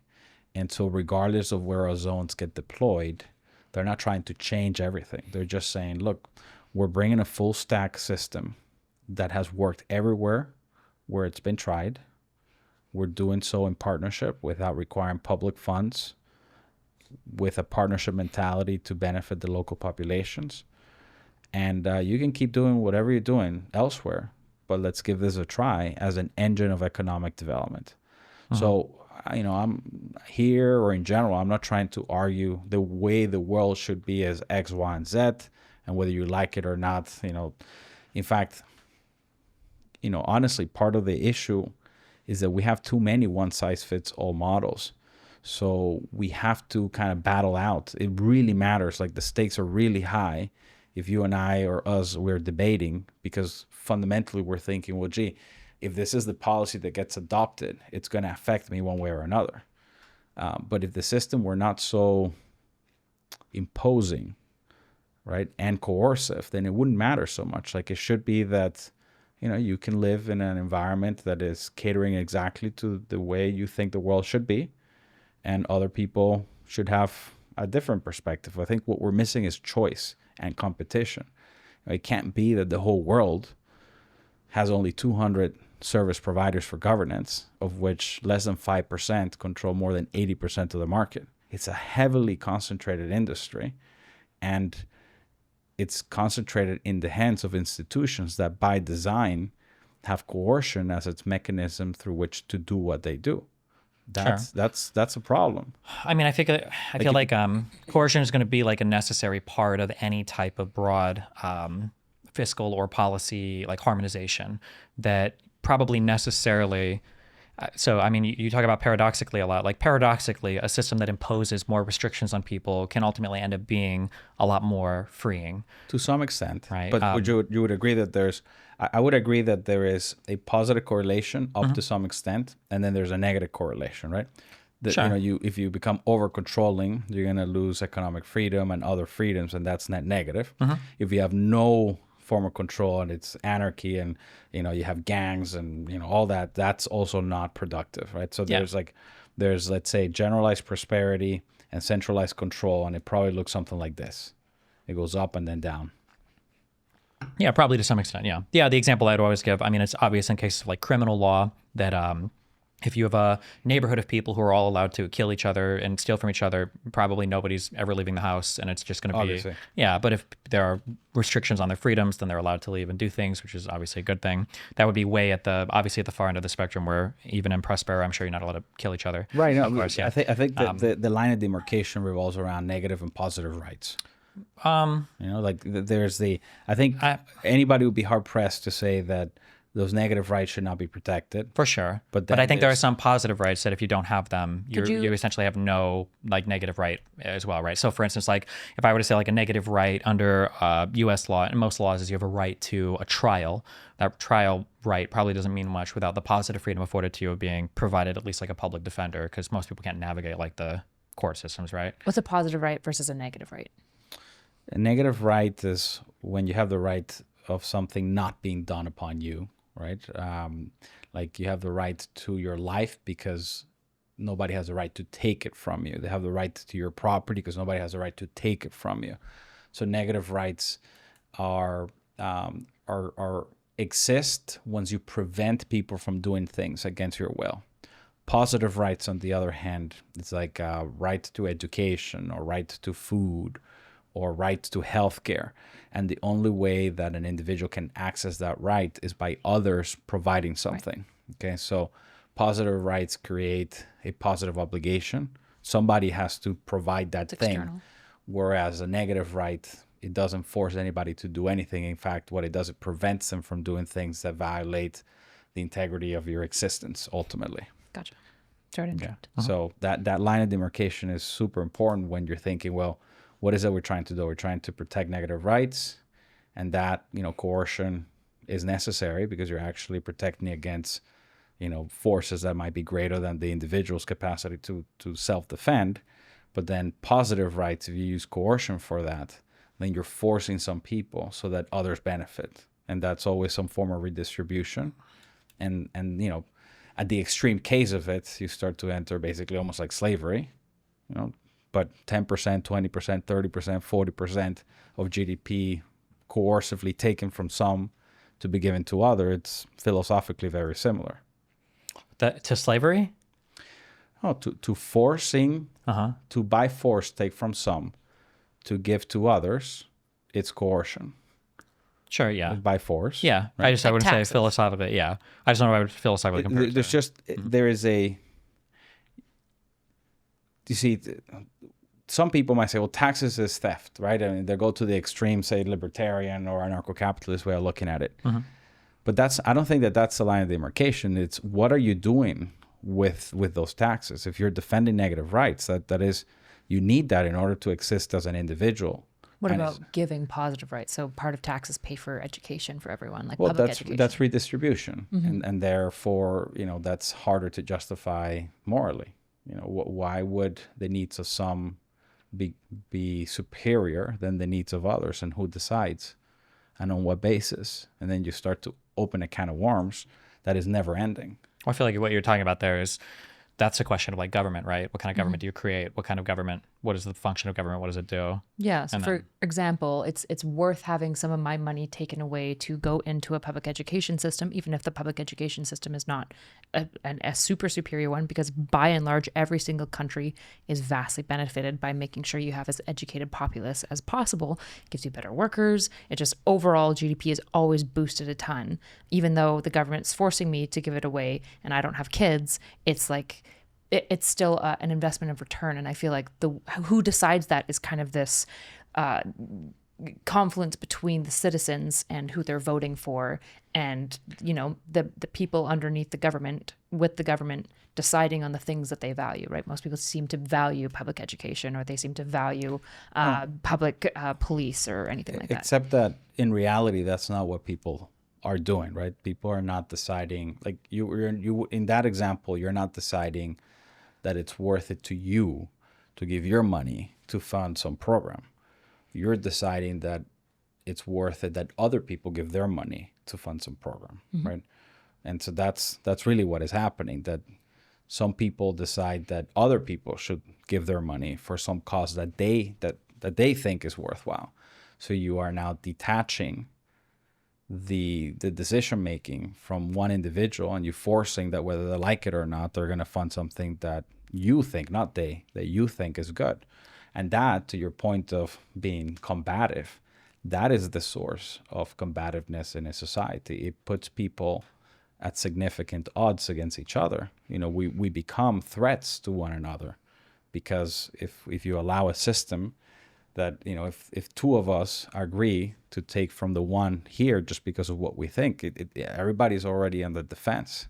It's a destruction of social fabric, fundamentally speaking. Now, if you do a little bit of it, doesn't matter, but it becomes a slippery slope. But again, what we're doing, we're not trying to, shape the world to our philosophy or to a philosophy. We're just saying, empirically speaking, poverty sucks. We want to get rid of it. And one of the things I discovered is that ending poverty is the wrong paradigm. You can't end a negative per se. Negative poverty is the absence of wealth and prosperity. So how do you catalyze prosperity? That's where Prosper comes from. And you catalyze prosperity by having certain conditions. And so our project is about creating those conditions in as many places as we can in partnership with governments. I guess one other challenging question. I'm curious, when you look at like all of the world's innovations, or if you look at where people go to create new innovations, right? I mean, you look at it like Elon Musk. Why do you think, or why does it feel like all of the innovations and a lot of the work are coming from so many of these highly regulated environments? Like we don't see, a ton, like a whole bunch of medical innovation or technological innovation happening in countries with lower regulatory environments. It seems like it tends to come from countries with higher regulatory environments. Well, I'm not sure that's true. The U.S. has a lot of regulations, but less than many other places that are poor. A lot of these places are way more regulated, and it's not just about regulation either. It's about stability as well and private property protection. So even though the U.S. might overregulate in some regards, it has a fairly strong private property protection scheme, right? And it fundamentally believes in individual liberties. And it has robust institutions with due process. So Elon Musk can sue the government here and argue that they don't have the authority to do X, Y, and Z. People don't have that capacity in a lot of these developing countries. So sure, but I mean, it seems like the argument to that would be that the stability that exists could be a byproduct of some of those, what you would consider like negative positive freedoms, or those coercive forces. So, for instance, going to you've got one guy. Except that historically that's not true. I mean, the income tax, for example, was not on the books 600 years ago, and all these regulatory burdens were not there before the New Deal, and we didn't have a society that was falling apart. It was still a very innovative country, leading in the Industrial Revolution, and so it's not correlated at all that with regulation you've had more innovation. In fact, I believe the correlation is inverse.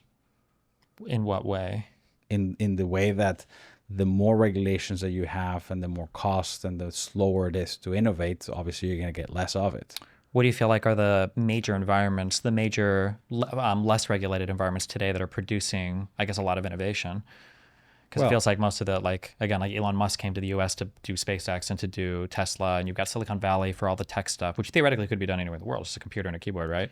So what is why choose the U.S., I guess? Yeah. I would say because of strong property rights and individual freedoms in relative terms to other parts of the world. And also those industries, or the tech industry, had been very lightly regulated. Obviously that might be changing and has been changing, in a number of dimensions with AI. And why aren't they in Dubai though? If like the IFC is so, the IFC seems like they protect Dubai has private been rights. Increasing substantially a number of investors, high net worth, and entrepreneurs. I mean, it's beating every other advanced country in proportionally speaking in terms of the number of capital and talent that's going over there. And Singapore too, by the way. So it is happening. Is there a population cap to what these cities can do? Like, is this the type of invention that can exceed into like the millions, into like a nation state, for example? Not necessarily. I mean, could it? I guess. I mean, Singapore is both a city and a nation state, so to speak, right? I'm thinking something bigger than like a city, right? Like something that's got like rural land, like Montana. I mean, I'm not sure I understand what the question is. Can a city grow to be big enough as a nation? Or? Yeah, like you're saying, so like this model, you're saying per capita, essentially, when you reduce the GDPs and the countries and stuff down to equaling for their size. Dubai and the IFC and Singapore are actually innovating at a really, really high rate. I don't know if it's higher than America, but a high rate. And I'm sure you don't necessarily have the numbers. I guess what I'm asking is, one thing that's really unique about America is it's highly regulated, but it's also incredibly innovative. And also it's able to collect several million people together and operate a nation state. So I'm curious, like, could Singapore expand its borders to do what essentially a nation state? Is it a model that could be spread into a nation state model? Is it, I guess what I'm asking. The governance system that it has definitely can be extended. You obviously have questions of territorial expansion and, you know, the neighbors and all that, but I'm going to wave a wand and everything's going to be of perfect. course, yeah. I mean, that system can grow and can serve many more people, but once you reach too many people, you have some inefficiencies that emerge from that as well. So the U.S. has 50 different states and I don't know how many cities, but obviously more than 50 cities, and that's a good thing. You know, you fractionalize the population, people, you know, aggregate according to various things. Silicon Valley obviously is a mecca of innovation, and there's a network effect that goes along with it. But a nation state can be a collection of cities, or it can be one big city like Singapore. Yeah, I'm just wondering if basically, like, if Singapore has like a population cap, like maybe, like, I'm wondering basically, do these models have a selection bias of, like, I'm gonna put citizens in quotations, so people who are living there, right? Is there a selection bias that's occurring? And so you're getting these highly mobile, highly innovative, highly entrepreneurial individuals moving there and living there, and probably to some degree to thrive there, you have to adopt some level of that type of culture that, for example, couldn't ever truly expand to a nation, because the reality is that now you don't have a selection bias, you just have people, and some people are highly innovative and some people are just not going to be highly innovative. You mentioned the U.S. and I think it's a great example of, you know, melting pot of sorts, where people, you know, it's a country built by immigrants that have come from many different places around the world, and they've built it to be what it is today. Yeah. So you can create a system that people adapt to, and the question is, what is that system fundamentally about? What distinguishes it? And I don't think that what distinguishes the U.S. is that it's more bureaucratic than, say, Europe. What distinguishes the U.S. is that it has more freedoms in relative terms to other places. Most people that come here come in pursuit not of a heavier hand by the government, but rather more freedoms, economics and individual freedoms. That is the thing that has made the U.S. different. Obviously, it also regulates, but nobody comes here because it's wonderful to have more regulations as opposed to less. Sure, it's just people might be, I guess maybe what Stephen is arguing is it's possible that what, like, emerges out of the regulation is part of what draws people here. You know, for example, I think of, like, people with, like, mental disability or severe mental illness, right? It doesn't feel like the Singapore model has any way of accounting for those types of individuals. Like, what occurs? Is it just the cost of, like, the family? I think the more formalization, I don't know much about Singapore, so I know that I think Singapore is like just a city, right? But it's also like a country. Yeah, I just know it from the map games. I don't know what their deal is. It's like a big city. Yeah, but it's also a country. Yeah, I guess the more the question is that, like, obviously for any new city or new zone, you're attracting like a very particular type of clientele. But say that they stay there, they begin to live there, they have families. Those families grow up, and all of a sudden you're looking at, like, okay, well, now we need to start funding schools and a whole bunch of other public infrastructure. Do you think that the model that you have would, like, easily adapt for that, or do you kind of, like, export those problems to other countries? I know you mentioned, I think there's at least one school in the Próspera right now. Yeah. I don't know why they have to be like public schools or public hospitals. I mean, obviously a population has these needs, so they need to be provided in our model. And we have a very unique business model. I think our business model is somewhat of an innovation. At least I don't think it had existed before we created it.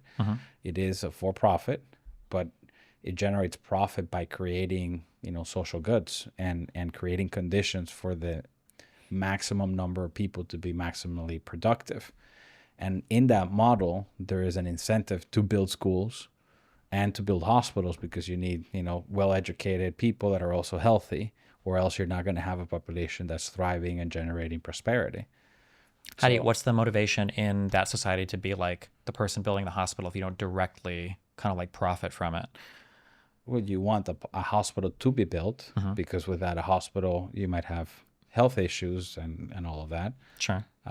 So the platform benefits directly by the operation of the hospital and the taxes it will pay and perhaps the profits, but indirectly by making sure the overall population is more capable to be more productive, because health is sort of a very important service in any given population. So we have a very high incentive for it. Okay. And right now we don't have a hospital yet, but it's one of the pain points actually. So, but there are other hospitals that people can go to and pay for. The main pain point initially in those types of services was education, because the alternatives were not perceived to be good enough. So we had to catalyze the creation of a school, but it's a private and for-profit school, which for kids that can't afford, there are scholarship options. The hospital might operate very similarly. It will be a private and for-profit hospital, but if some people can't afford it, you have excess capacity and you can have support systems. Before the nation state became the preeminent welfare system, you have mutual aid societies that worked very well, and I would argue perhaps better, because people were closer to the beneficiaries. The benefactors and beneficiaries were closer, and you can really sense that the need was real, and the fabric that emerged out of that was more solid. You felt more connected to the people that were helping you and the people you were helping, and it created more of a community. We've lost a lot of that. I mean, you good chunk of your money goes to somebody you'll never meet in some other part of the country you'll never go to. Okay. I super disagree with that, but I don't want to fight on every single point. So the with the mutual aid society model, or just the overarching philosophy?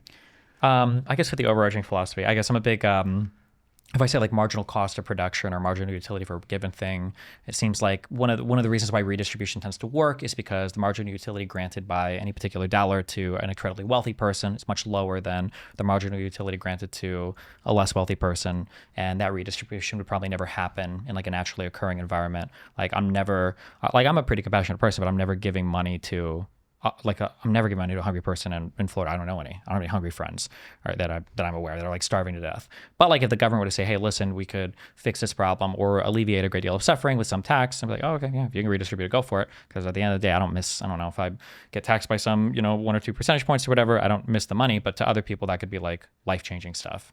So I guess when I'm thinking in terms of like marginal utility to consume, the propensity to consume a given thing, I'm thinking like redistribution is highly effective in these means. And I feel like when I look into the past, like mutual aid societies are very good for like the rich families, but they're very bad for the poor families. And then in a more like Ayn Randian objectivist sense and in an enlightened self-interest sense, that scenario that you gave earlier where 2 people are voting to take money from me, I actually much prefer to live in that society, because if they didn't have the opportunity to vote to take the money from me, they would just come and kill me and take it. And that seems to be what happens in places that don't have those like democratic accountability mechanisms.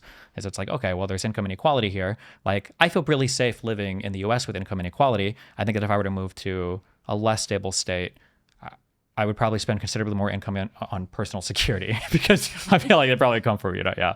Sure. But there's a balance too, of course, I understand. Of course, there's sure. a balance. I would argue it's, you want to have a good social fabric, but you also don't want to destroy the foundations of what is necessary to create prosperity. Sure. Right. So at some point you do too much of it. The question is, where is that line? Yeah. And you can define that through elections, and that might, have swings back and forth. We'll see where that goes. I think the tendency is to do ever more redistribution unless there's a shocking event, and we might be facing one in the next few years. We'll see. The institutions are hard to change, so we'll see what happens. But what tends to happen is that it's a one-way ratchet. It's just more and more and more and more over time. It's hard to pull it back. Sure. For Próspera, are you guys for going to the World Court, that's Próspera that does it, or does it have to be like the ZEDE? Like what is the? You mean the arbitration? Yeah. It's the company. Okay. Próspera Inc. Okay, gotcha. And are you representing just yourself or that entire semi-autonomous zone, or is it like a collection of plaintiffs that are all like represented by you? More than one plaintiff. Okay. But the primary one is the private company that is the equivalent of a private partner in a public-private partnership. Okay, gotcha. And the main issue at stake is that we've gone into Honduras under the expectation and promise that that legal system, that political subdivision of the state called the ZEDE would be in place and would be the rule sets that apply. And if you take that away, you don't have to go and take the physical land. You've taken the primary source of value to us and the core essence of the bargain that was entered into. And so that's the main issue, and that is an expropriation if you take it away. Sure, because if somebody were to not take your stuff, but like just build a giant dome over it so nobody could get in or out, they've essentially expropriated it. And you could do that It's the inverse of that. Yeah, of course, yeah. Would you guys be happy with the way that this case is going? Would you be happy if the government of Honduras basically reversed course and said, we are going to honor the full 50-year treaty insofar as the terms are written out? Or do you feel like enough damage has been done that the desire is to like exit? Or I guess what are there multiple remedies being sought by your guys' company, or are you just looking to basically get paid out in? No, we remain primarily focused on a settlement that can let us continue operating in essence with the terms that were agreed upon. The more time goes on, obviously the damage increases exponentially. So at some point we'll reach a point of no return. But fortunately we're not there yet. The terms of a settlement obviously have to be negotiated, and we have to see about all the costs that were imposed so far. But by and large, our preference is to build the vision that we have. It's not to win some arbitration case against any state, in this case Honduras. That's not our business model, and it would be a pity if it ends up being that, to be honest. I mean, you got to remember the genesis of this project is fundamentally about lifting people up and creating better conditions in the developing world. But countries have to honor their agreements, right? If you can't do that, then you're definitely not going to attract investment nor foster development of your national industries. So that's also important, and a deal's a deal. So we do expect at a minimum to hold them to account, but ideally it's about building the vision. Okay.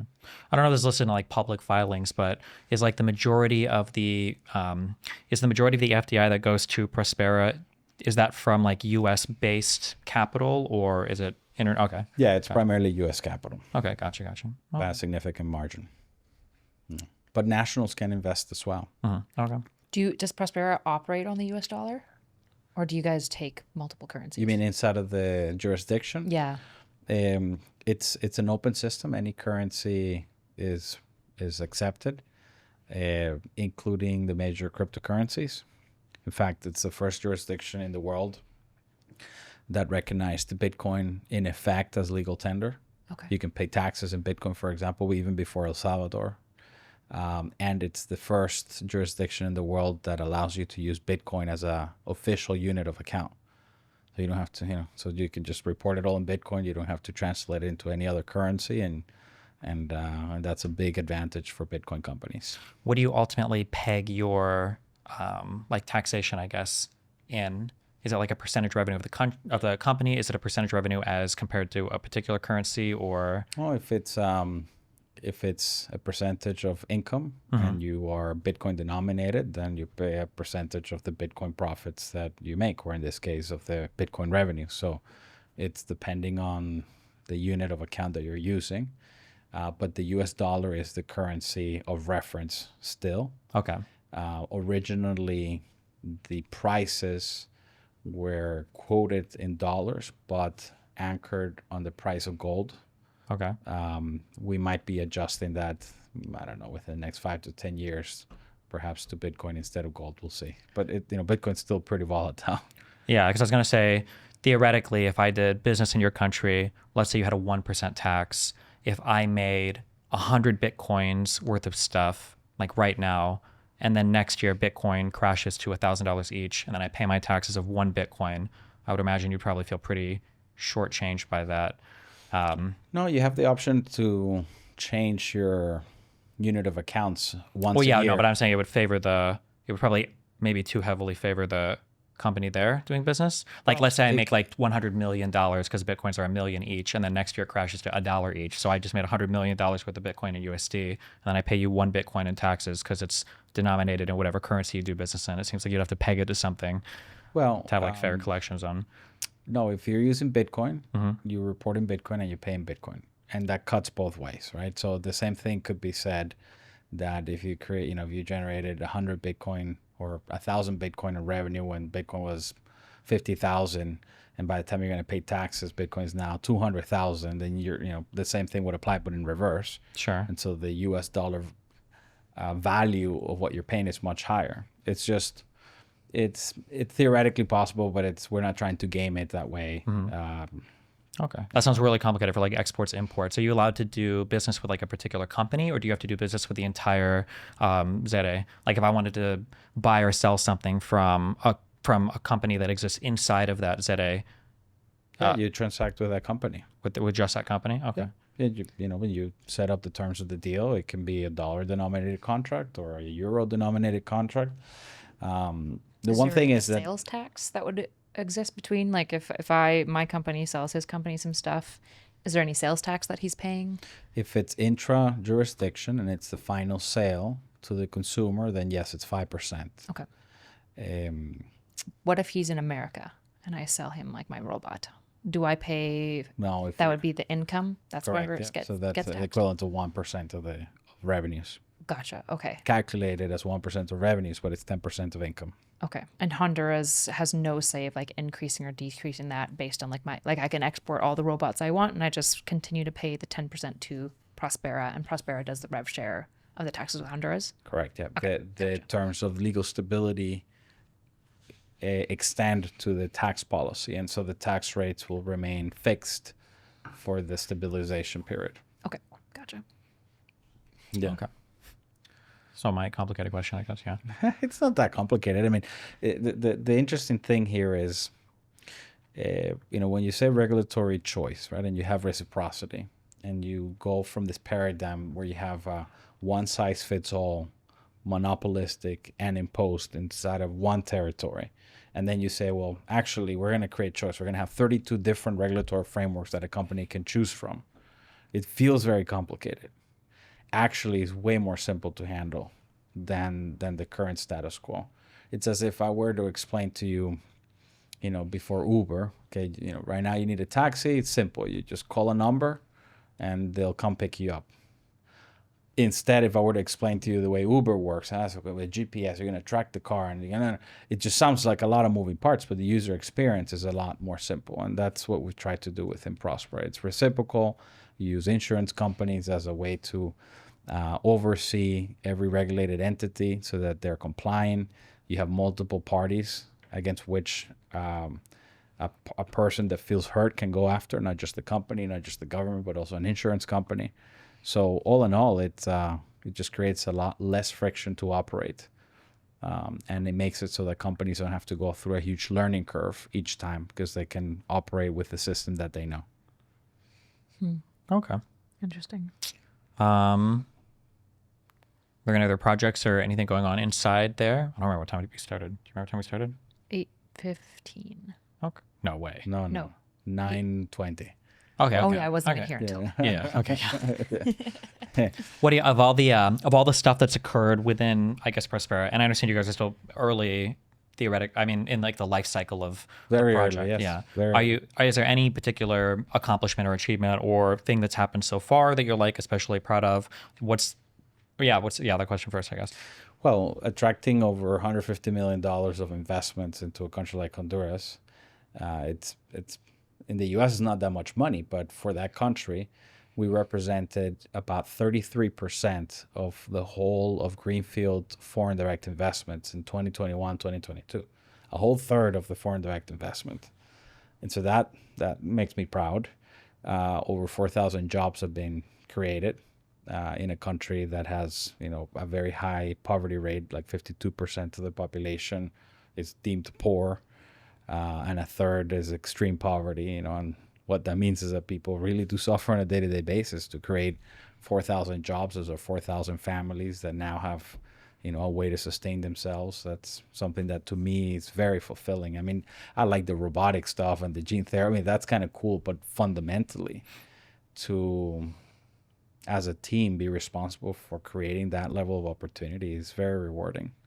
And as our model grows, to be able to do it as a profitable endeavor, I mean, it's if you think in a broader scale, to transform socioeconomic development from being either a governmentally sponsored or charitable effort into a for-profit endeavor is world changing. It all of a sudden unlocks trillions of dollars that are otherwise just looking for a traditional profit transaction that don't necessarily contribute to the social fabric of countries. It's just exporting goods or selling widgets, to now dealing with the most essential societal need for prosperity to emerge. That's very exciting and very rewarding.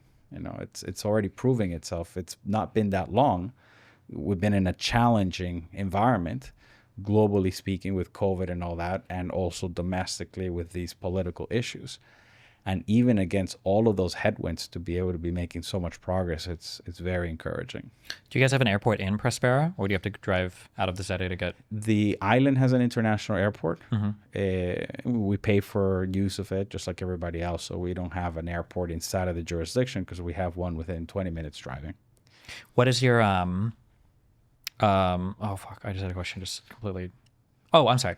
I'm sure there are obviously some challenges that you foresaw in setting this up. Has there been anything that's like been an unexpected challenge? I guess in like working on I imagine this is the first project like of this magnitude that you've had so much like personal investment in. What do you think has been like the most surprising challenge so far? Where you're like, I would have never considered this to be an issue, or? I'll tell you, I don't know if it's surprising, especially in retrospect, but I'll tell you what the biggest challenge has been, the hardest thing to deal with is, and it will sound cliche-ish, but it's the breaking the existing paradigms. In Honduras, it's very hard to get Hondurans to think that they could be the next Singapore. If I were to tell you guys or anybody, Honduras could be the next Singapore, it's like, no way. It's just like, it feels impossible. And but there's no reason why it would be impossible. It's been done before. I mean, Singapore is a perfect example. They were more poor than Honduras is today, and now they're one of the wealthiest countries in the world. It can scale. We're a small jurisdiction, but China has shown very successfully how this can scale. It went from Hong Kong to Shenzhen, and then from Shenzhen to all the provinces, and that's how they've lifted over 600 million people out of poverty. So it definitely can scale to the whole nation, I think, to your question, although indirectly. But people just don't believe that it's possible because they're used to being, stuck in a certain standard, and it's very limiting. It's really, really hard to get people to see a possibility that is not already there, of this magnitude at least. How old were you when you moved from Venezuela To the U.S.? Yeah. Went to military academy when I was about to turn 15. I was still 14. Okay. Military academy in Venezuela or in the U.S.? In Virginia. Oh, in Virginia. Okay. So you moved when you were younger than to the U.S.? Do you think, so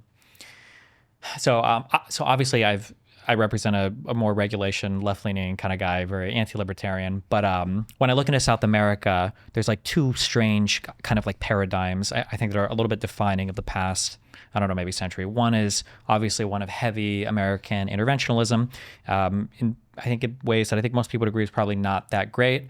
But then in another, it's this kind of like swing back to where you do have some of these like socialized governments that I think have, despite other people complaining, have failed on like the merits of like these command economies. Like my understanding is that like a heavy part of the Venezuelan economy failing, a lot of people like to say it was a change in the price of oil, but it probably did have a lot to do with the expropriation of a lot of Venezuelan companies, of the poor running of a lot of the oil refineries, of the incredibly aggressive price caps that were set on a lot of goods and services, and then like capital flight from the country.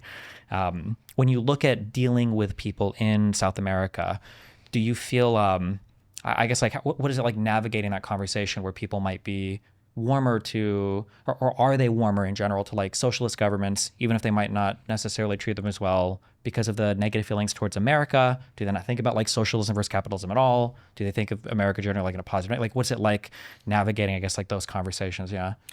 Most Latin Americans look up to the U.S. and they aspire to the American dream, whether it is by moving to the U.S. or by somehow having it in their own country. Maybe because of the interventions of the past or Hollywood, but the U.S. is still seen by and large in high esteem.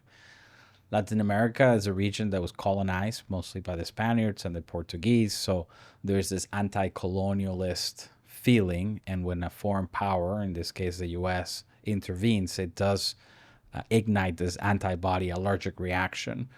And sometimes it's on the socialist versus capitalist spectrum, but more often than not, it's in the anti-colonialist versus foreign intervention perspective. I would say that, some country, I mean, Argentina, for example, I think is the country that is taking the most radical experiment away from socialism, having been one of the most socialist countries in the hemisphere. So that's an ongoing experiment, and we'll see how it turns out.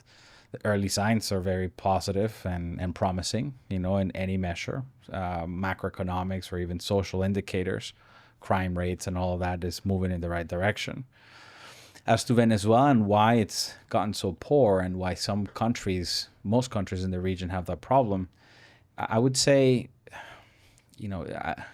I would venture to say it's not really because of where they stand in the spectrum of socialism versus capitalism. It's about rule of law or lack thereof.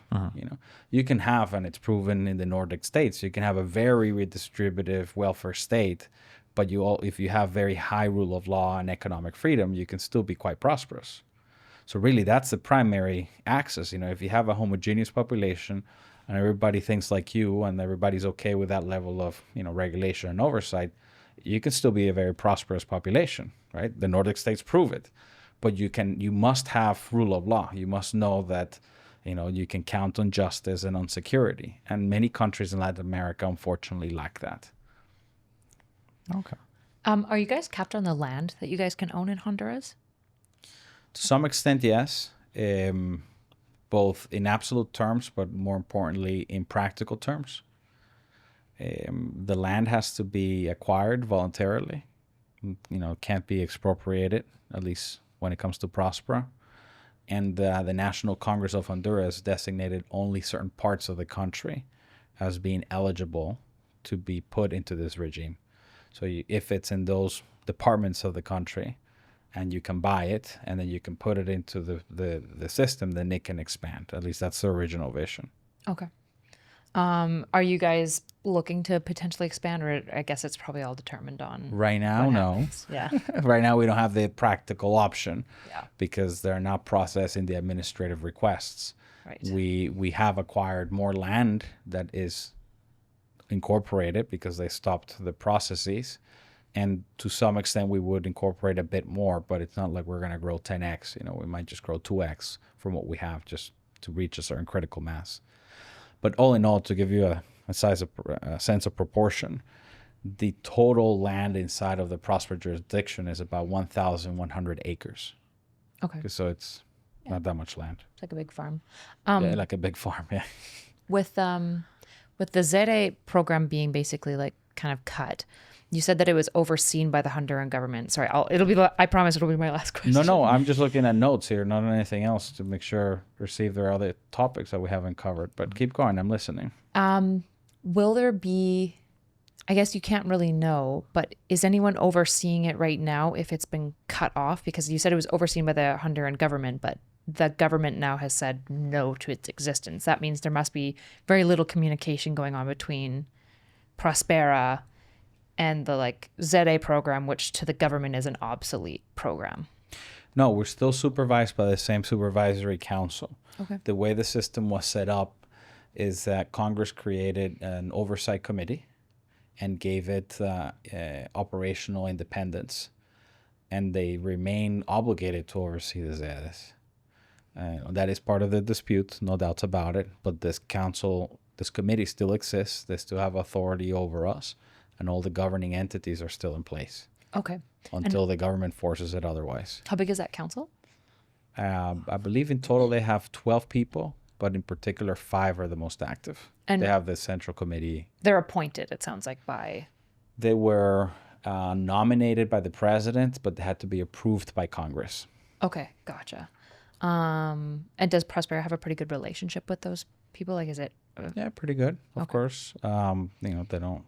Often they say no to requests and proposals that the ZEDE makes, but it's a good working relationship. Okay, challenging question. One more, I guess, because I'm American, and at the end of the day, Yes. the only thing that matters is my country.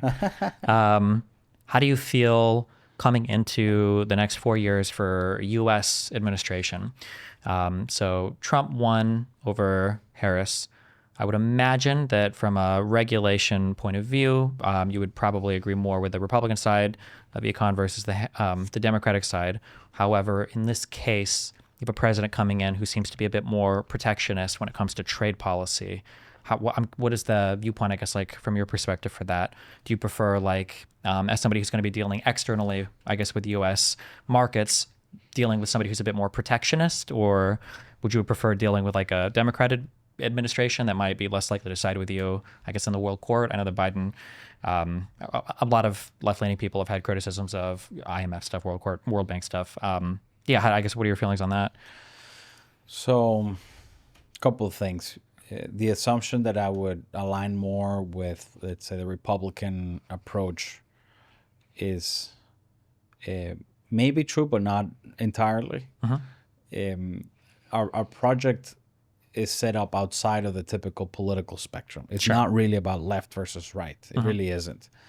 It's if anything, it's about public-private partnership versus only public and bureaucratic. Okay, so it's more about injecting market dynamics into the economy. Sure. And that's not really a left or right issue, as you know well. I was thinking more just like it's such a broad simplification, but like supply side stimulus versus like demand side stimulus, where Democrats seem to be more like we need to give money to people to spend, and Republicans are more like we need to give money to producers to produce, basically. Yeah, but where I would disagree with both is that I think that the government, insofar as it's a coercive entity, should do the least amount possible. Okay. So as to cause the least amount of harm.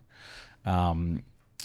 But to your specific question, protectionist policies are a double-edged sword. I think the way it's actually going to play out, the counter-China tendency that the Trump administration has will be a favorable development, because Western Hemisphere countries that align to the U.S. policy will benefit. If they are aligned, and in fact you're producing there and nearshoring from China, then it's a net positive. Macroeconomically, is it a net positive to the U.S.? I'm a U.S. citizen too by choice.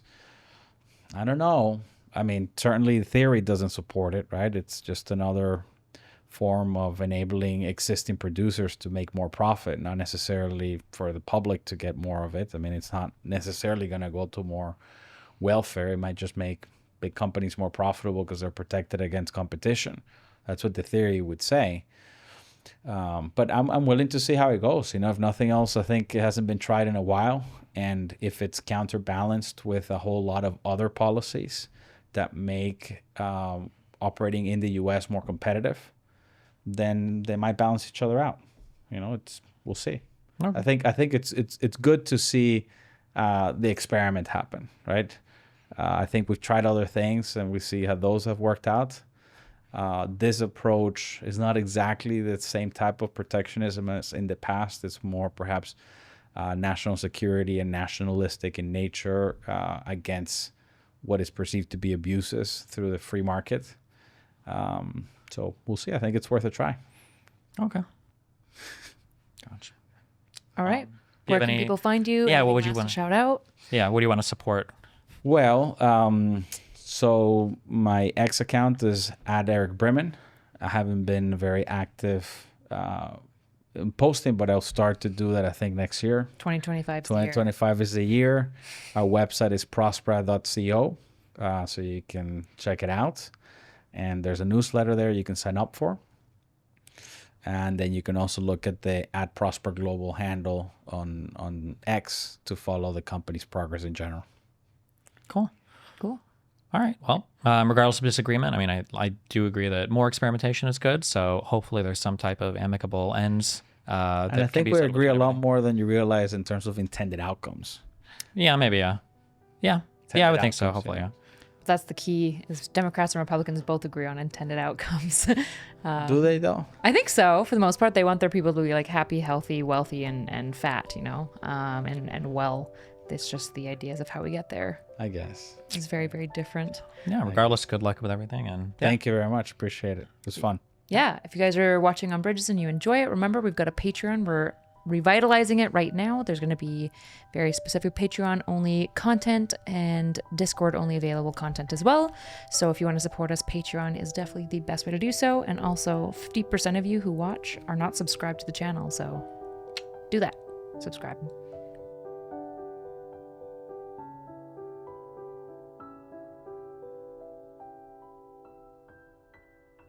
The news is divided. Ground news puts it back together. So you can see how many sources are reporting on any breaking story, where they fall on the political spectrum, how reliable they are, and who owns them. Compare headlines and read full articles to see which details are prioritized, exaggerated, or left out entirely.